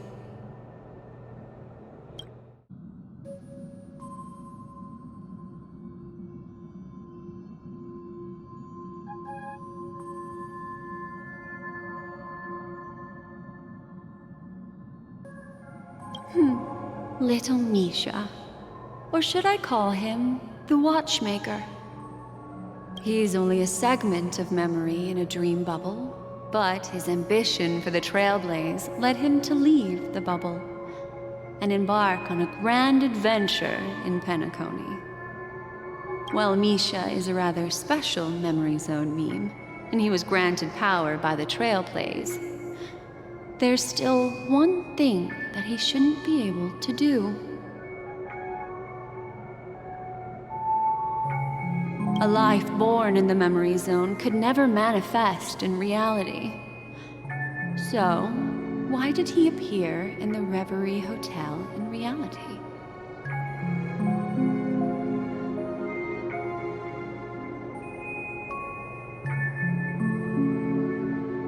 The answer is simple. He is the one fatal variable that contradicts all our known information. This means that you, who wholeheartedly believe in this memory, are still trapped in the dreamscape at this very moment. Wake up, sleepyhead.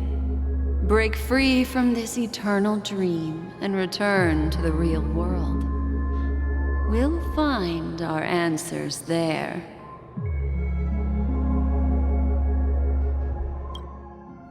The train is about to make the jump.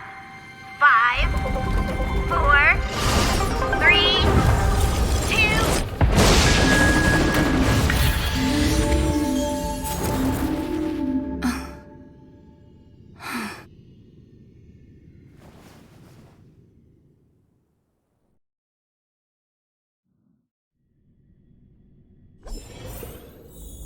This way, darling.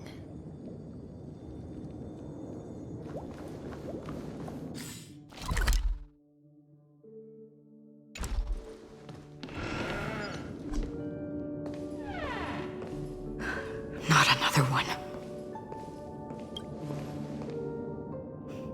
Thank you so much, Black Swan.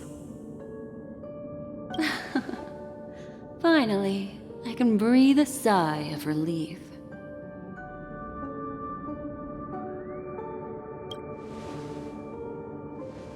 I understand you must be confused, and we'll do our best to shed light on the situation.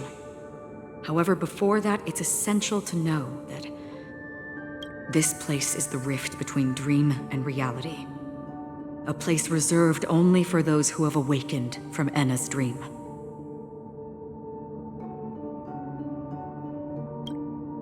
Do you remember Sunday's ambitious plan? He intended to harness the power of the Stellaron, the collective will of over 100,000 Oak family members, and the desires of everyone in Penacony to usurp the harmony and restore the order. Unfortunately, it didn't stop there. From the early days of our journey into Asdana, we were already affected by the Stellaron. That strange dreamscape where we met. Maybe it was a sign that your thoughts were beginning to drift away.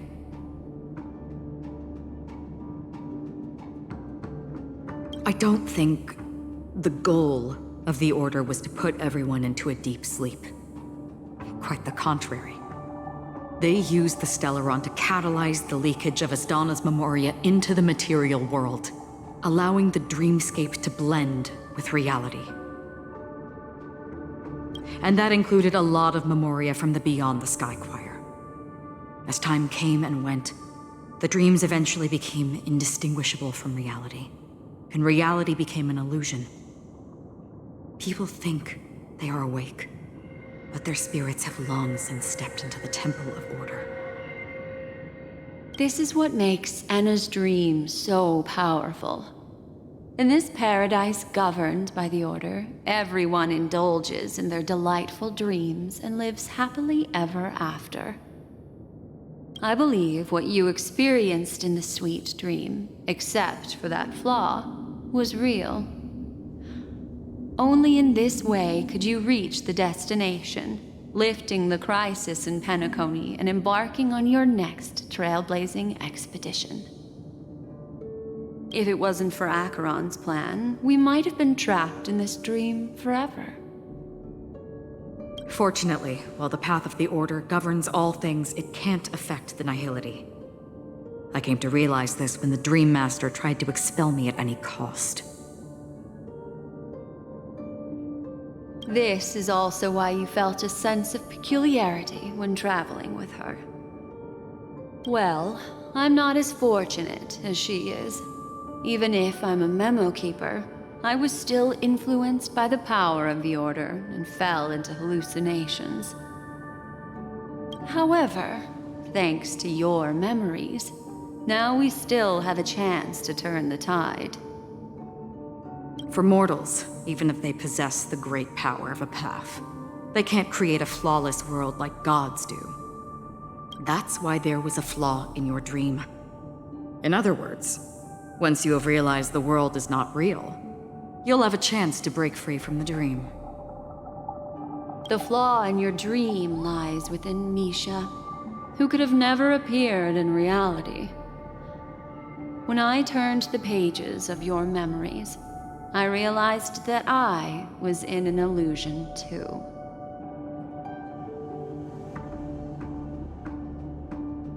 Now Sunday has usurped the power of the Harmonious Choir through the Charmony Festival. Asdana has thus fallen into Enna's dream, transforming everyone equally into the notes of the Aeon. Failure doesn't mean weakness. Only the strong can gather the will to resist the Order and try to break free. We still have a chance, though. To make it happen, please, Black Swan, guide us to those with a strong will. All right, please come with me. These people are... They're the ones who accept Enna's dream and indulge in their happy illusions. We have no means to wake them up now. Not even your clockwork will do the trick. However, there are still other things we can do. Let's keep going.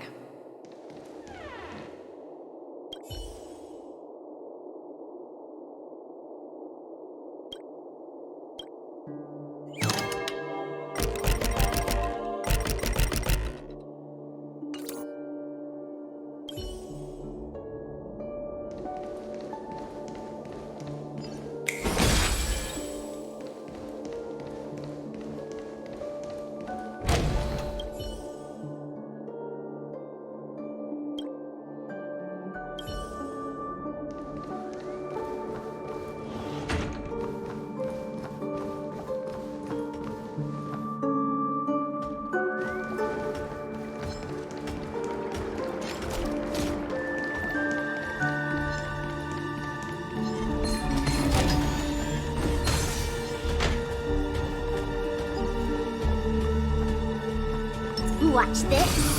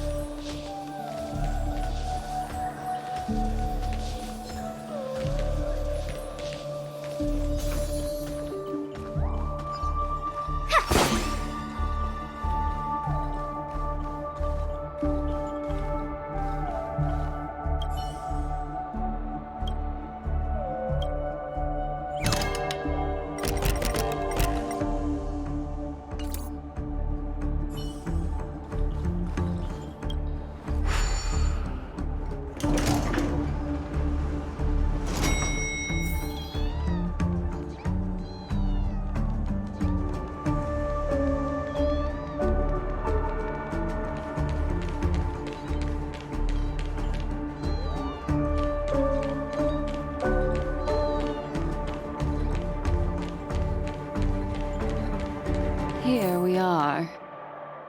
It's... Robin?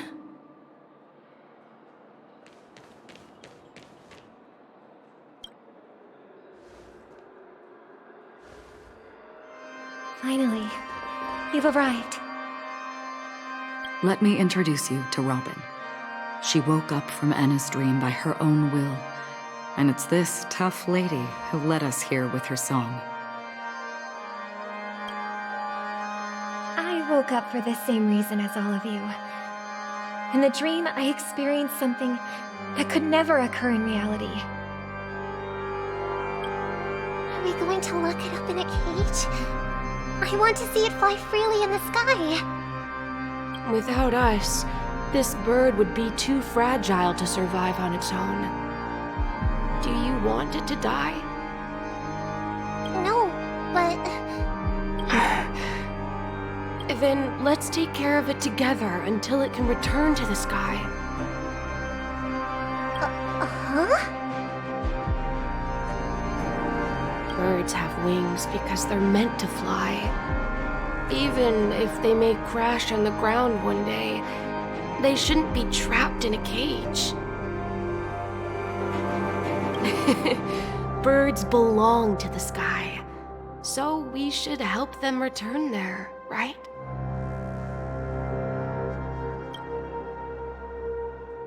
The illusion was so impossibly blissful that I realized it was just a dream.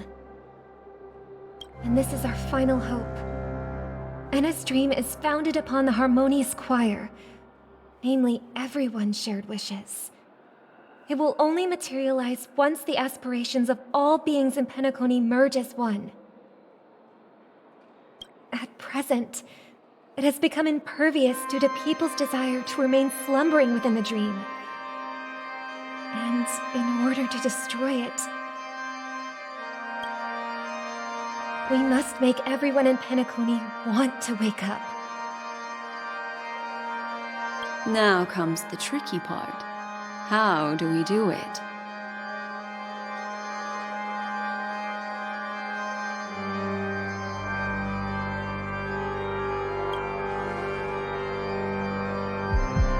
Humans yearning for sweet illusions borders on obsession, leading them to subconsciously resist the harsh reality.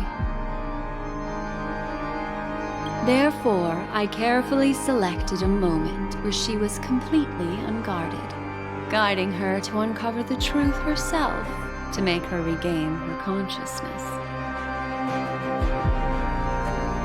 However, to wake up everyone in Penacony and get them to share the same determination, that would be nearly impossible. Indeed. I'm afraid it's almost as difficult as resurrecting an Eon. But we can't just stay here and do nothing.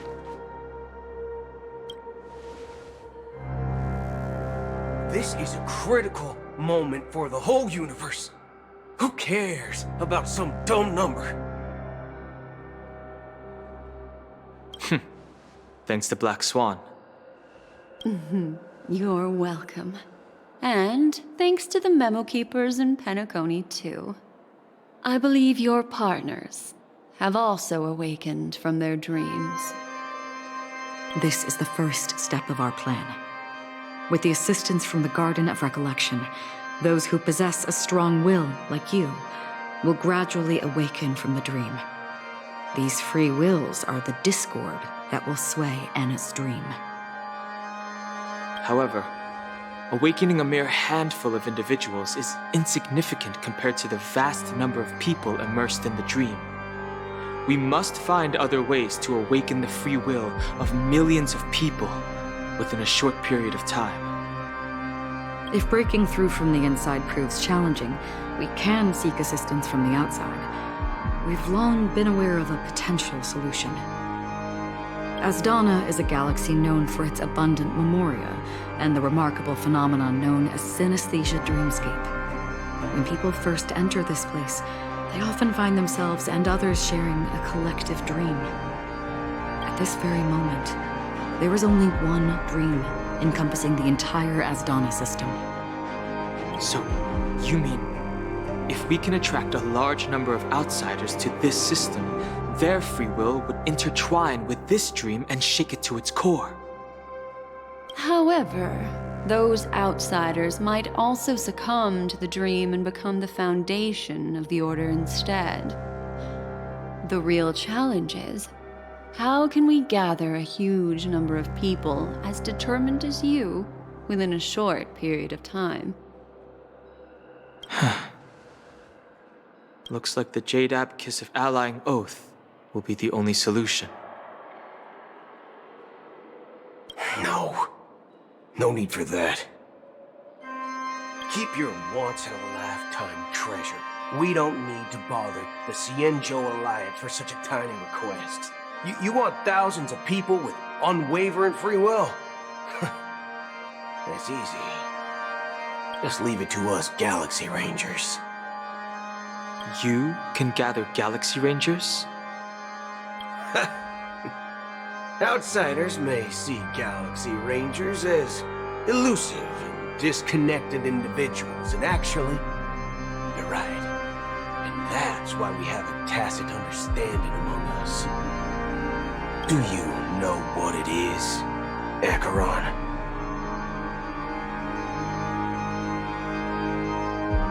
It's the relic I returned to you. Exactly. Its owner must have told you that it's meaningless to anyone other than a Galaxy Ranger.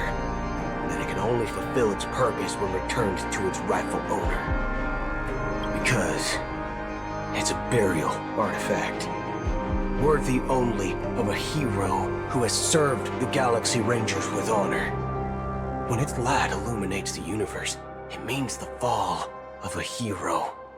And in the direction it falls, countless meteors will streak across the sky. Those meteors are Galaxy Rangers, coming from all corners of the cosmos, driven by a shared purpose, without questioning the cause or counting the cost, because we abide by a common principle. The shooting stars of the hunt only descend on the longest night, and with them comes the dawn. We've stayed silent for far too long. Now, it's time to remind all the cowards, oppressors, and villains of the universe of our presence. I'll be the one to ignite the first spark. Once the dreamscape is swayed, I'll complete the second step. I'll fine-tune the slumbering souls with the Song of the Harmony, interrupting them with the discord of Trailblaze, and guiding them towards reality. It's true that some people are born strong, and others are born weak. If the Trailblaze is the target of heroes, then the Harmony will guarantee that the strong help the weak. Only the people of Penacony themselves can be the saviors of their homeland. Their path of happiness should be forged by themselves. I may not be a nameless. I'm willing to instill courage in all those who need it. This includes my brother as well. Anna's dream is too cruel for him and everyone else. Your plan sounds well conceived, but still, it appears somewhat idealistic and romantic. The flaws rooted in human nature can't be eradicated overnight. Do you believe these efforts alone are enough to convince everyone to choose the right path? I agree with you, Black Swan. That's why the most critical aspect of this plan is not to convince everyone to choose the right path, but to inspire them to save themselves.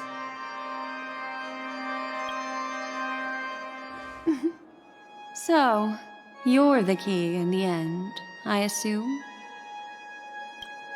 The Harmonious Choir possesses the power of an emanator. To overcome it, you'll need the same level of power. The final step in destroying the sweet dream will be my responsibility. That's a relief to hear. Now that our roles are assigned, let's get to our battlefields and pose a grand finale.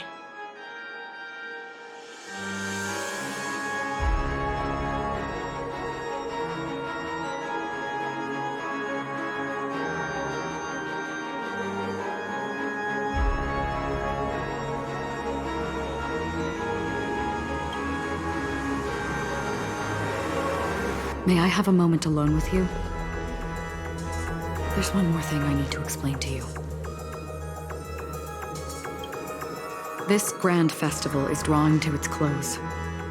This is the starting point for the ultimate stage of our journey, just as it marked the beginning of all the stories in Penacony.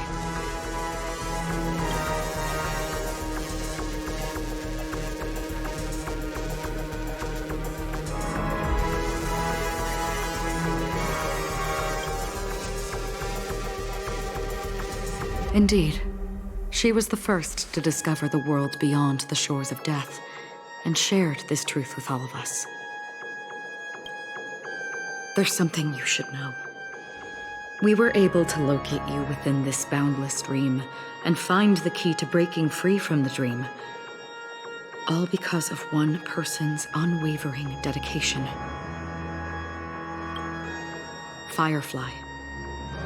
She awakened from the dream ahead of others, discovered the Express amidst the stars, and brought us valuable information about the remnants of the Order. She may have been aided by the script, and it came at a cost. As you know, Firefly is a stowaway who entered the dreamscape in a different way from ours. Without the dream pool in the hotel or assistance from the family, she can only awaken from this dream in one way: a real death. We mustn't fail her determination. I'm not implying that we must win this fight no matter what, but our resolve should match that of that courageous lady. Are you ready?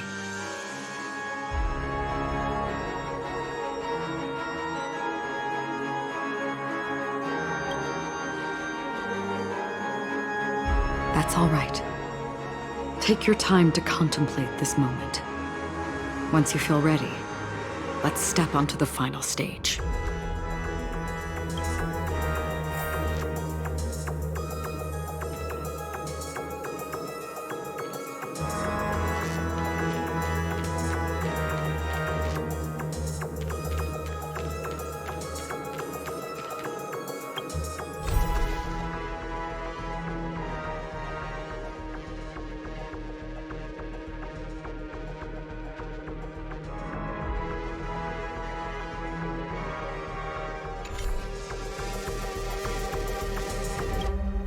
Are you ready?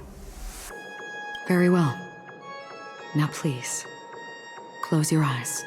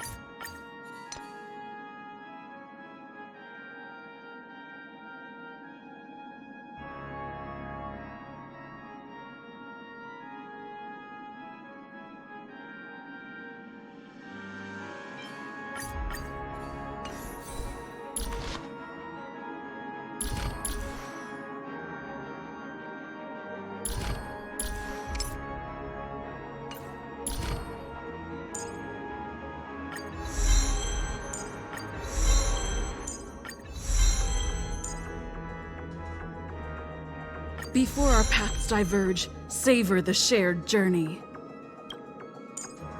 Before our paths diverge, savor the shared journey.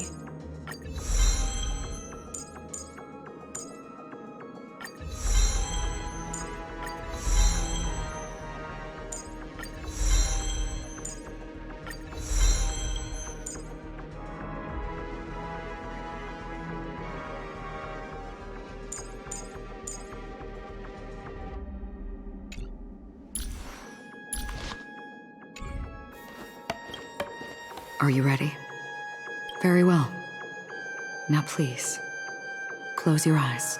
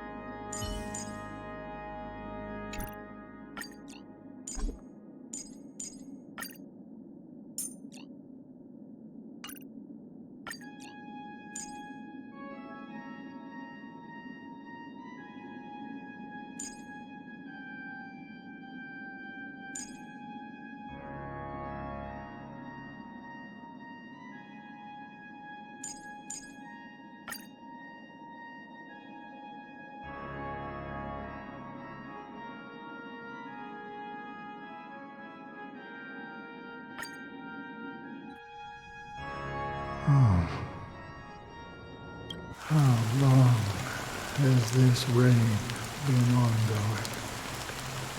If I remember correctly, it has lasted for decades, or even centuries. The unwavering determination of the Hunt followers persists even in death.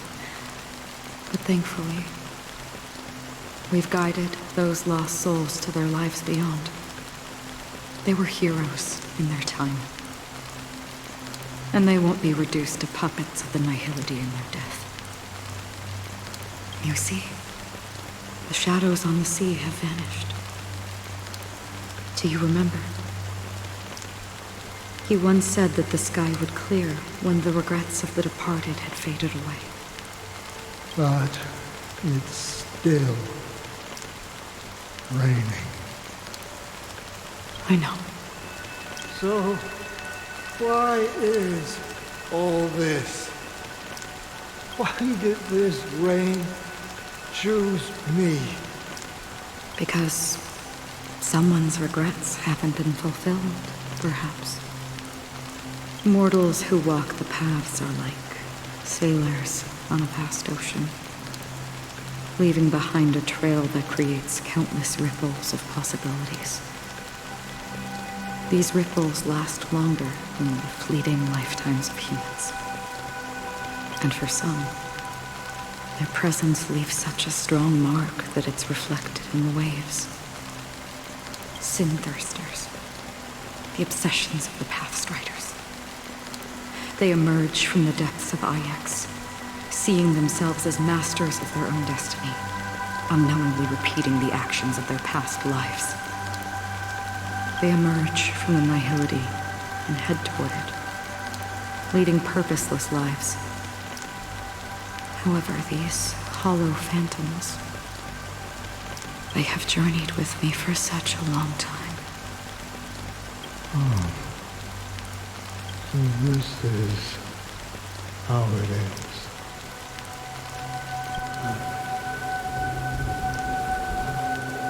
I'm already dead. Yes. Are you watching over me? This is my duty as Acheron the Watcher.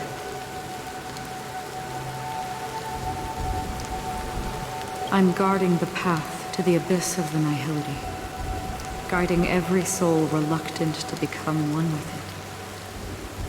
Back to this side.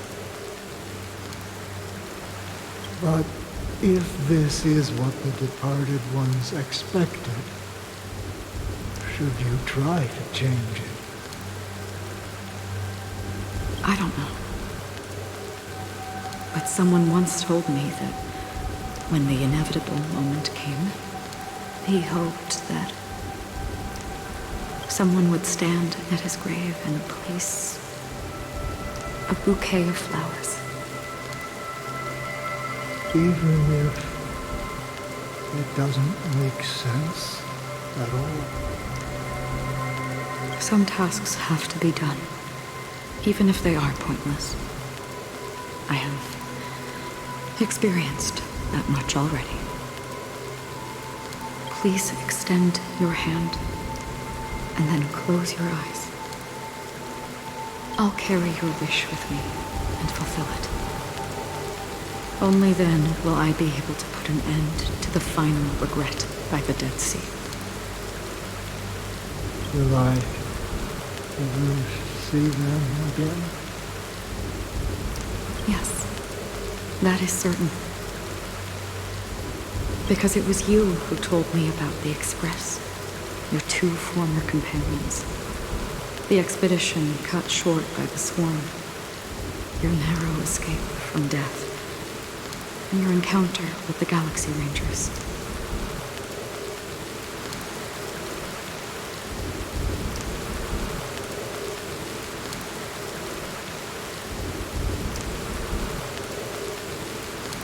And Penacony, the hometown to which you could never return.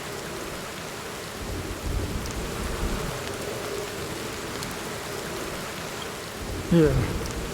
For countless times, I got rejected by the family and had to pass it by.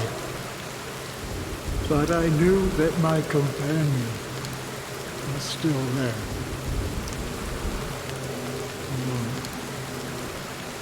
Mikhail, are you still there?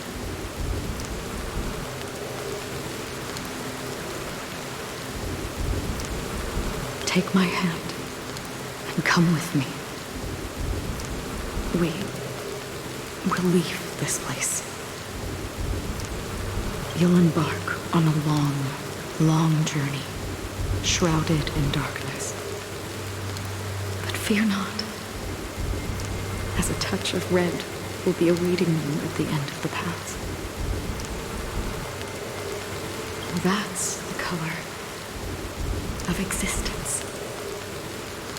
Follow it, and it'll guide you and illuminate the way out.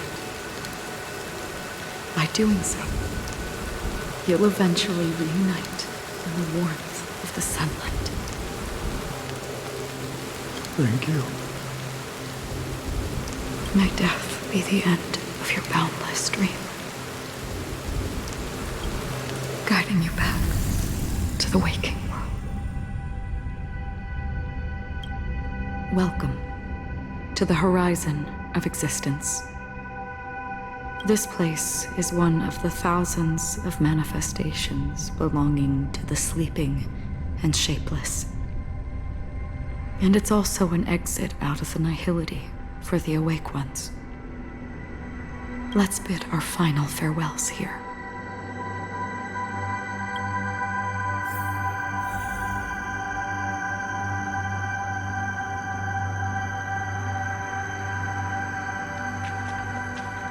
Please stay tuned.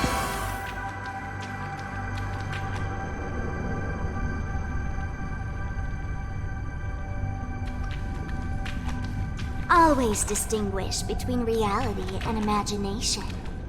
All right, Gray? Life is akin to a winding labyrinth where memories serve as our sole companions. May your schemes be forever concealed.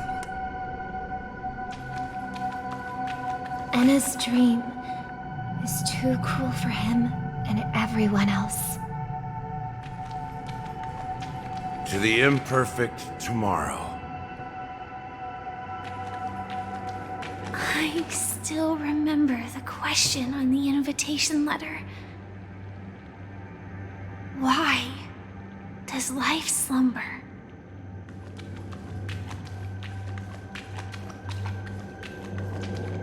Why does life slumber? We don't know the answer yet, but we're about to awaken from this dream. Or perhaps such is the answer itself.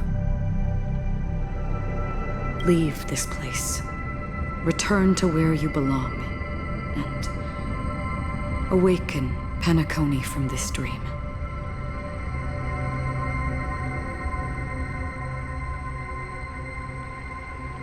As I said, our plan is not about convincing everyone to choose the right path, but about inspiring them to save themselves. So, when will people actively save themselves?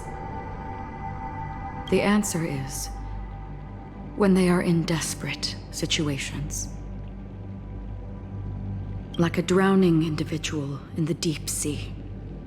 When one's body and mind bear immense pressure, agony, confusion, and despair will follow. I firmly believe that. The fragility of humankind often freezes them in their tracks. But in truly desperate situations, they will strive to save themselves. And now, Penacony has enough heroes to lead them forward.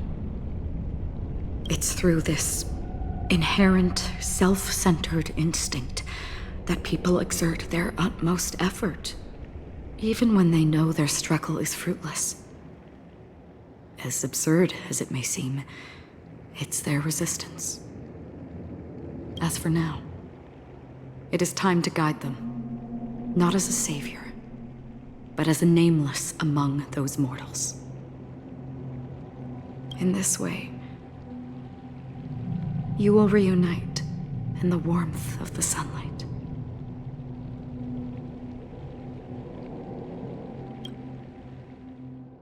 The rain is intensifying. Before we part ways, please allow me to ask a few final questions. So far, you have forged unbreakable bonds with numerous individuals and entities in the sweet dream. Might I ask if you fear severing these bonds with your own hands?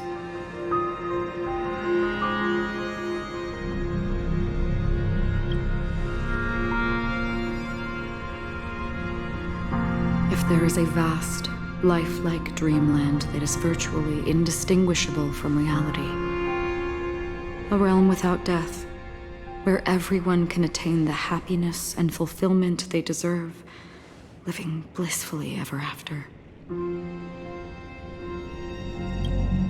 I would ask, would you wish to stay?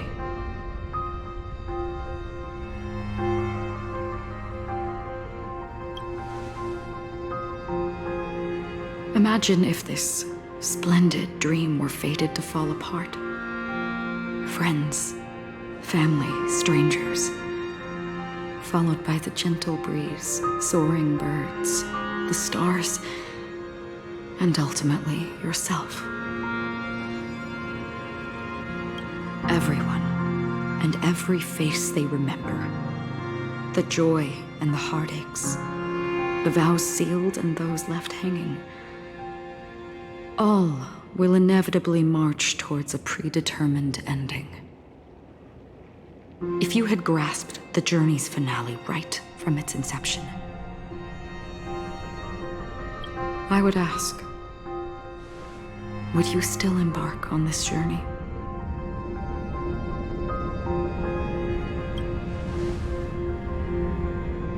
I'm glad. The answer itself doesn't matter. What matters is that you've made a decision. Listen, touch, and ponder. And therein lies the sensation. Cherish it, because that's what makes us exist. Such is the only answer humans can offer when facing the nihility. If the nihility represents the primal fear of life, rendering any lofty convictions insignificant under their imposing shadow,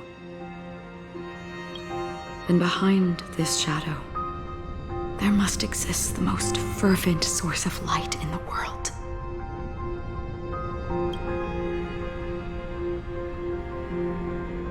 Just as every life that edges closer to death fervently approaches the end of the nihility, we must pursue that primordial light.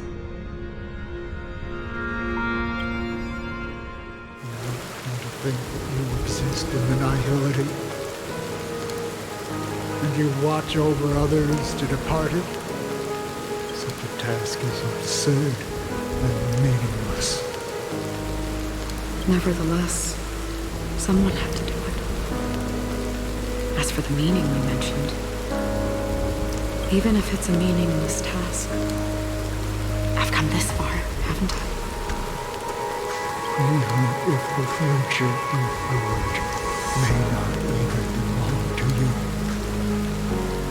It may not belong to me, but it definitely belongs to someone. What hardships you must have experienced. In that case, allow me to do something meaningless too. Please, tell me your name.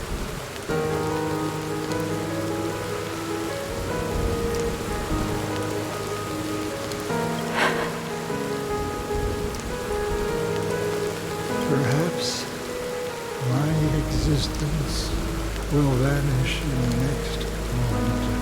Nobody will remember this conversation or your answer. But I believe your name should be remembered. This universe will remember it as well.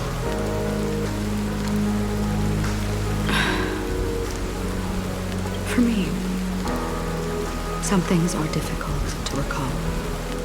Yet there are others that I find challenging to forget. Such is memory, a creation of the past that blossoms into significance in the distant future. I remember that marks the start of my journey. The origin of the vibrant red hue in my life.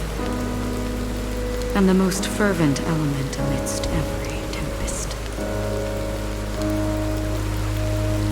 That's my name.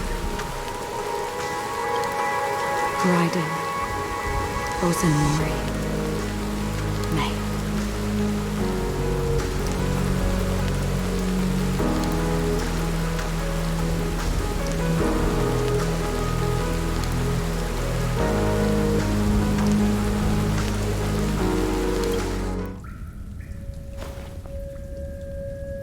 The Golden Dream is getting restless.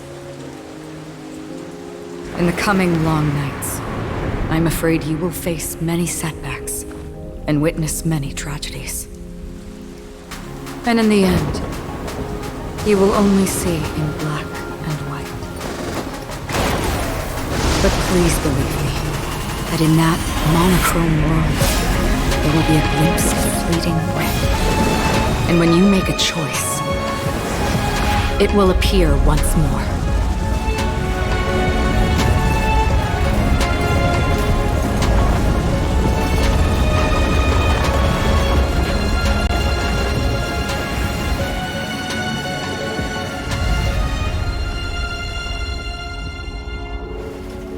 What you must do is ponder its significance, then return to the waking world.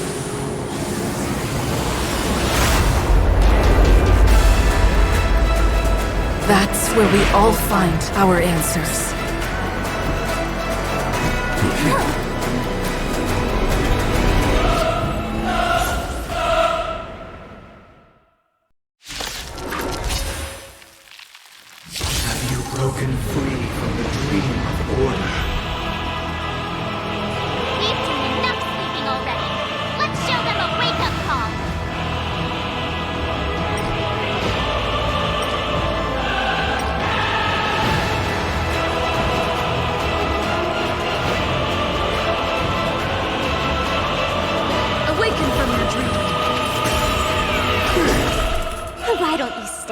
and play for a while.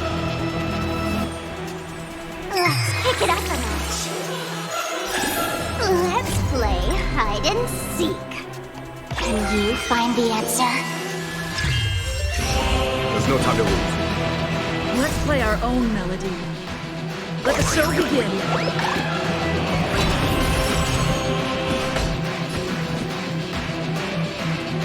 Here, it's thunder! Noisy! Spend freely.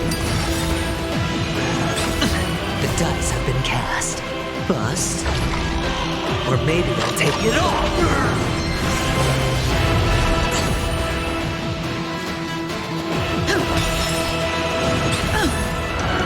Still watch your head. Without order, how can the weak be righteous?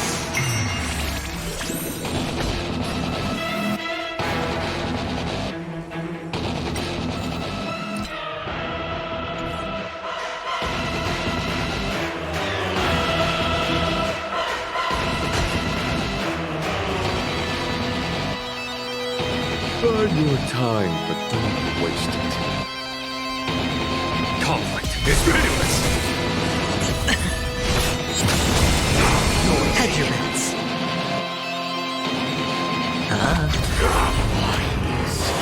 Nobody resonates. All things are part of the melody. Disorderly noise. Feeling spiffy? Here is thunder! Time for them. Show no mercy. I'll take the lead. Let's play our own melody. Let the show begin. Enjoy eternal peace. I'll go easy. There's no time to lose. Can you find the answer? Conflict is pitiless. Noisy. We're finally waking up from our dreams. Listen up.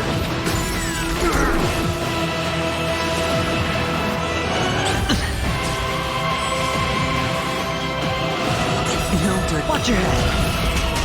The dice have been cast. Bust. Or maybe they'll take it all. Disorderly noise. Feeling spiffy? Follow my charge. Here is thunder. Disorderly noise. Sure, I'll play along. Keep up with me. Wake up. Disorderly noise.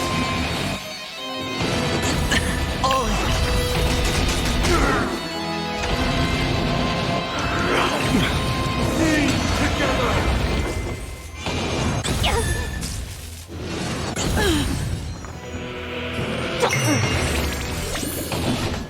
Conflict is pitiless!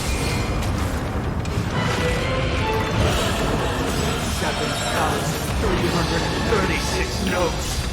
I solemnly invite you to join the glorious chorus and ascend to the heavens!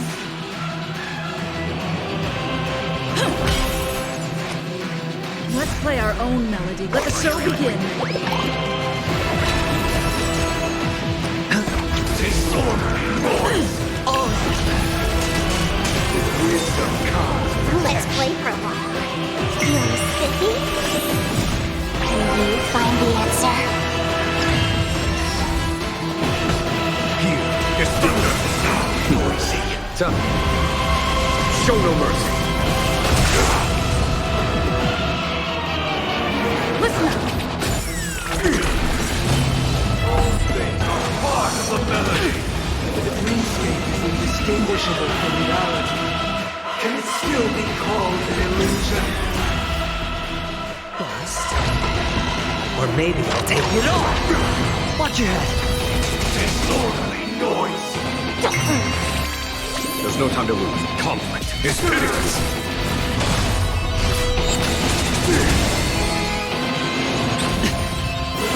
Perfect melody I command. Recreate paradise anew.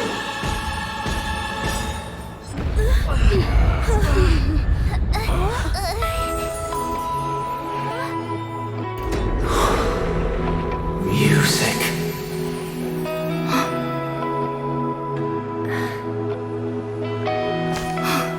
There seems to be another kind of sound coming into the Order's symphony.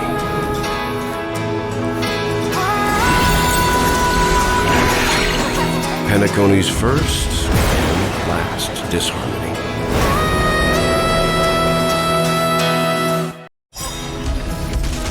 Keep up with me.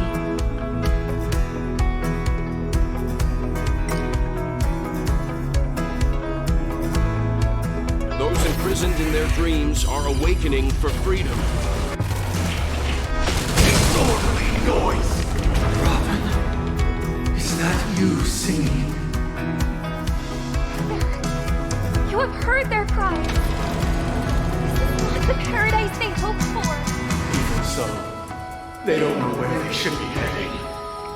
That's why I had to become the lone star in the sky to guide them. Even if this star must hang in a perpetual night of solitude.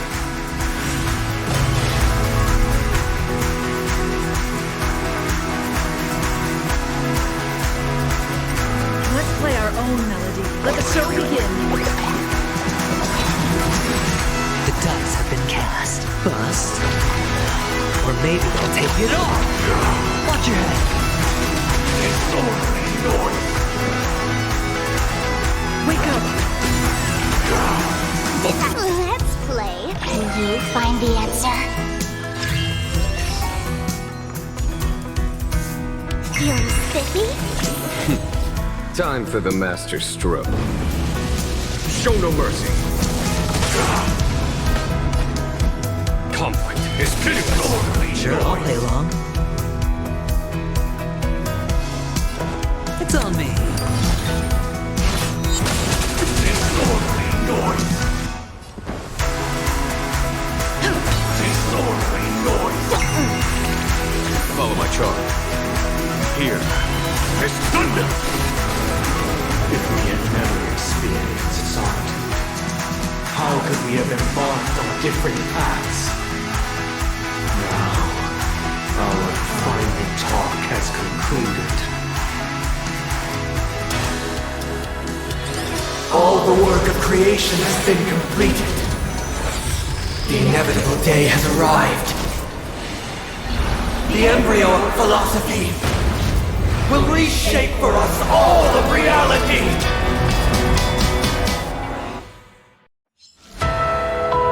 If your paradise can save more people, sever my path with your hands! Heads up! The wheels are spinning across the plains and valleys deep to dawn. The wheels that sing in Who's this one? unending dreams. Heads up!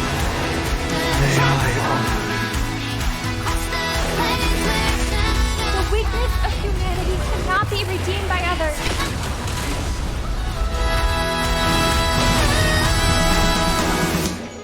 We rise together as our destiny. Don't move, okay? Let's play. Can you find the answer? Our trials are yet untold. Through the shadows of despair. Here is thunder! I swear on words. I'll take the lead. Chase our dreams that we Wake up! Seven-day vow. I command you to heed my summon. Our sides can make what they say. We'll find a way. I have a bad feeling about this. You're sticky? Across the plains Conflict is pitiless. It is not you who created all things. unending dreams. The tracks are running across the plains where Let's play our own melody. Let the show begin. we strive. It was humanity that created you.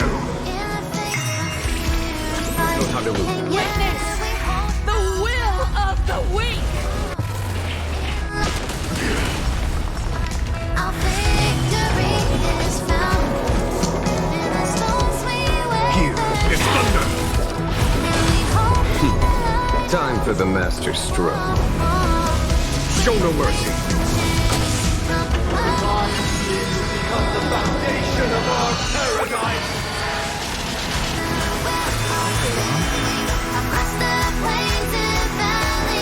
Stand free. Keep up with me. The dice have been buzzed. Or maybe I'll take it off.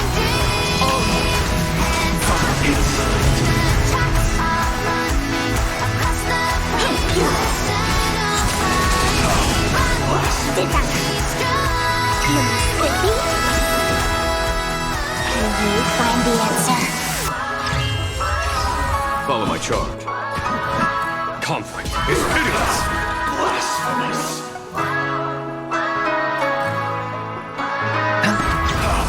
Blasphemous. Wake up. Let's play Even if the future is full of pain, we won't escape from it. There's no time to lose. Here is thunder.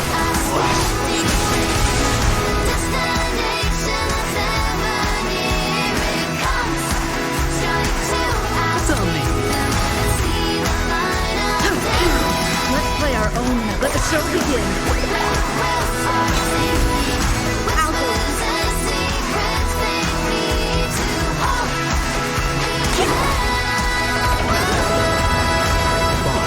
Sorrow desire for order. That's it! You want to achieve the paradise we promised. But the order is not the only choice. True happiness, the meaning of life, lie in defying the nihility. That life offers. Who's this one? I swear words.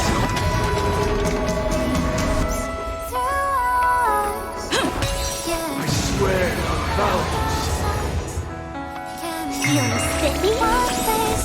Can you find the answer? Our noble souls! Don't be shackled by the past! Insolent. I swear on rules. There's no time to lose.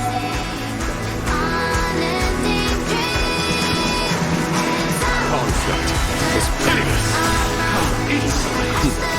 Time for the master stroke. Radiant Spirit, heed my word. Show no mercy! I swear on meaning.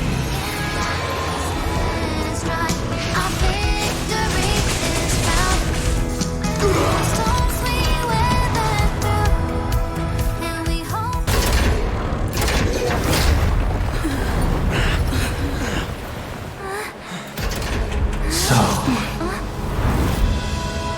why does life slumber? Because someday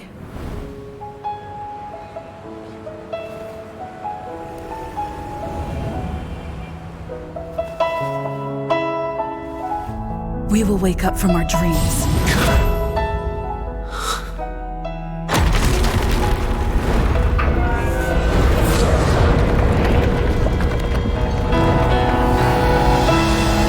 The night is still too short.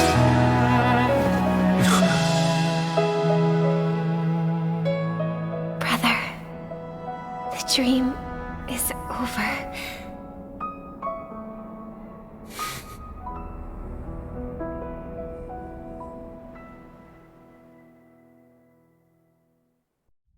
In the first year of the AE 2158, a fiery conspiracy erupted in the land of the dreams, but soon faded in chaos and destruction.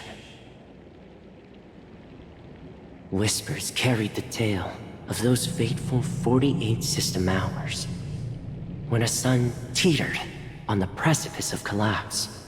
A paradise stood on the brink of destruction, and a world was poised to surrender to its new master.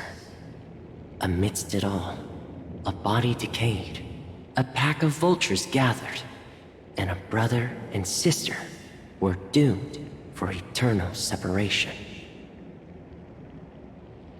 And so, an eon succumbed to slumber once more. Some celebrated this fall, while others mourned. Among the insignificant witnesses, mere specks in the vast tapestry of the universe. It was said that this time, the Eon met their demise with dignity. As the cosmos bathed in the radiance of a pure dawn, a tempestuous storm brewed on the horizon. The chant of everything for the Amber Lord grew ever louder. Yet, no matter how one contemplated, time inexorably swings Klapot's colossal hammer in eternal cycles. The tale of the Astral Express reaches both its conclusion and a new beginning. Time marches forward, heralding the arrival of a new chapter in the history of trailblazing expeditions.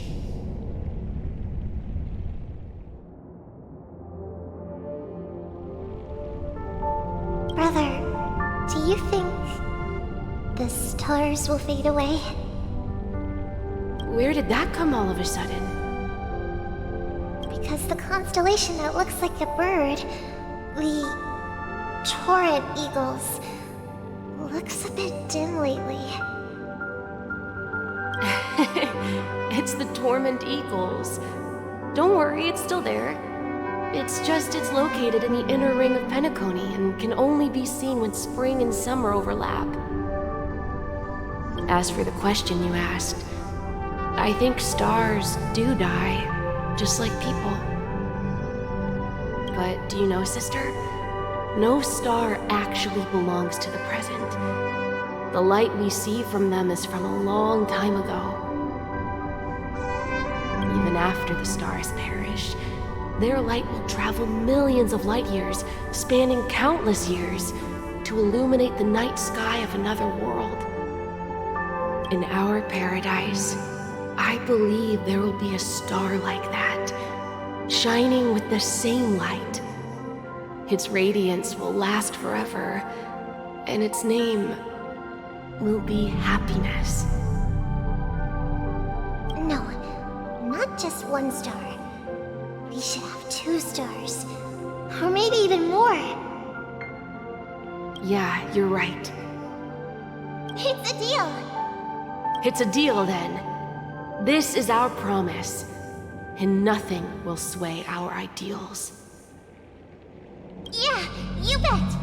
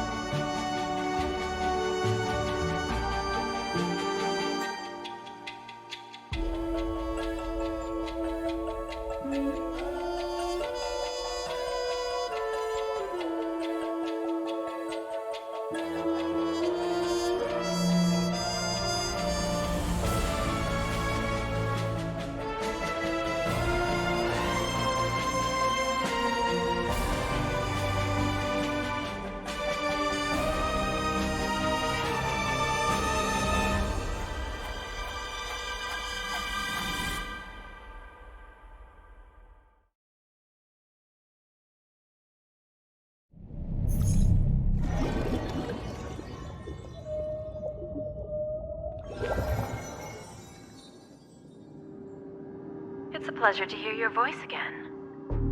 Congratulations. You've become the biggest winner of this festival.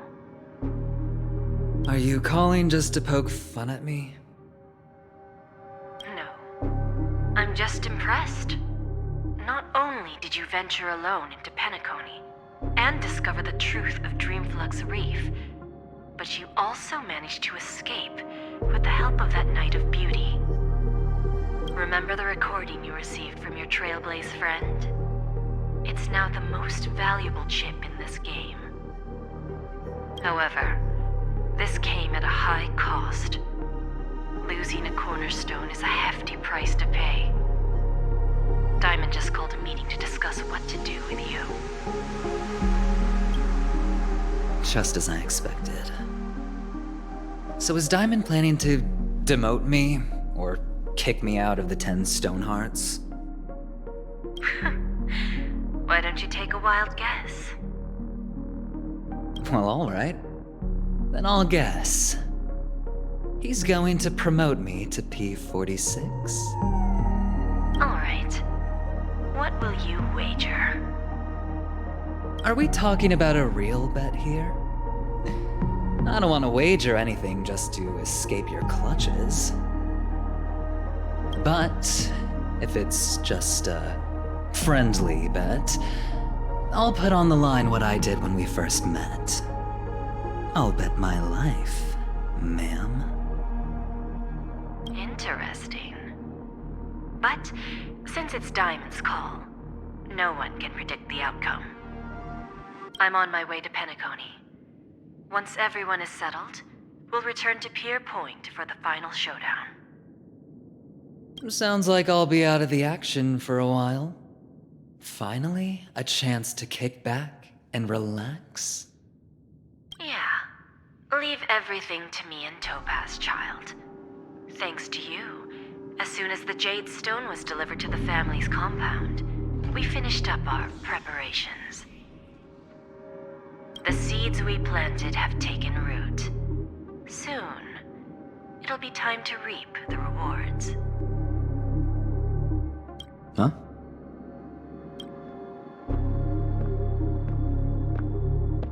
Let's wrap it up for now. Looks like I've got a visitor here.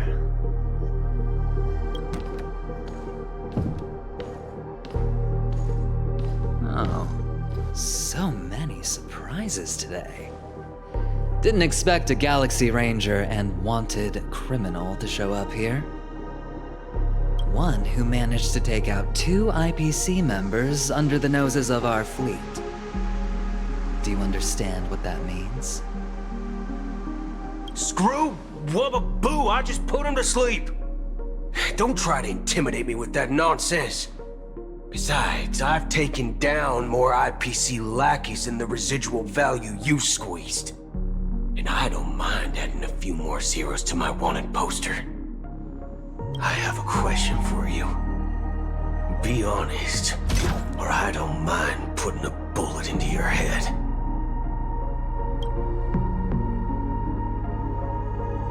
Tell me, where is Oswaldo Snyder?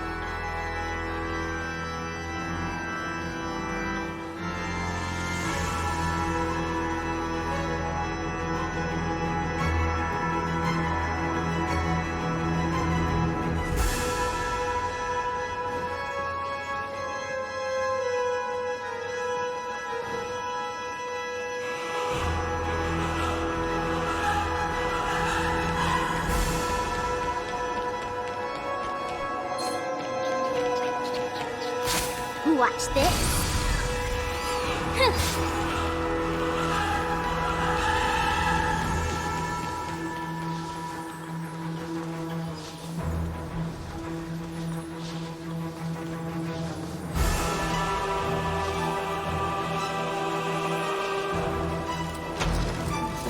All performances at the Grand. Sleep already.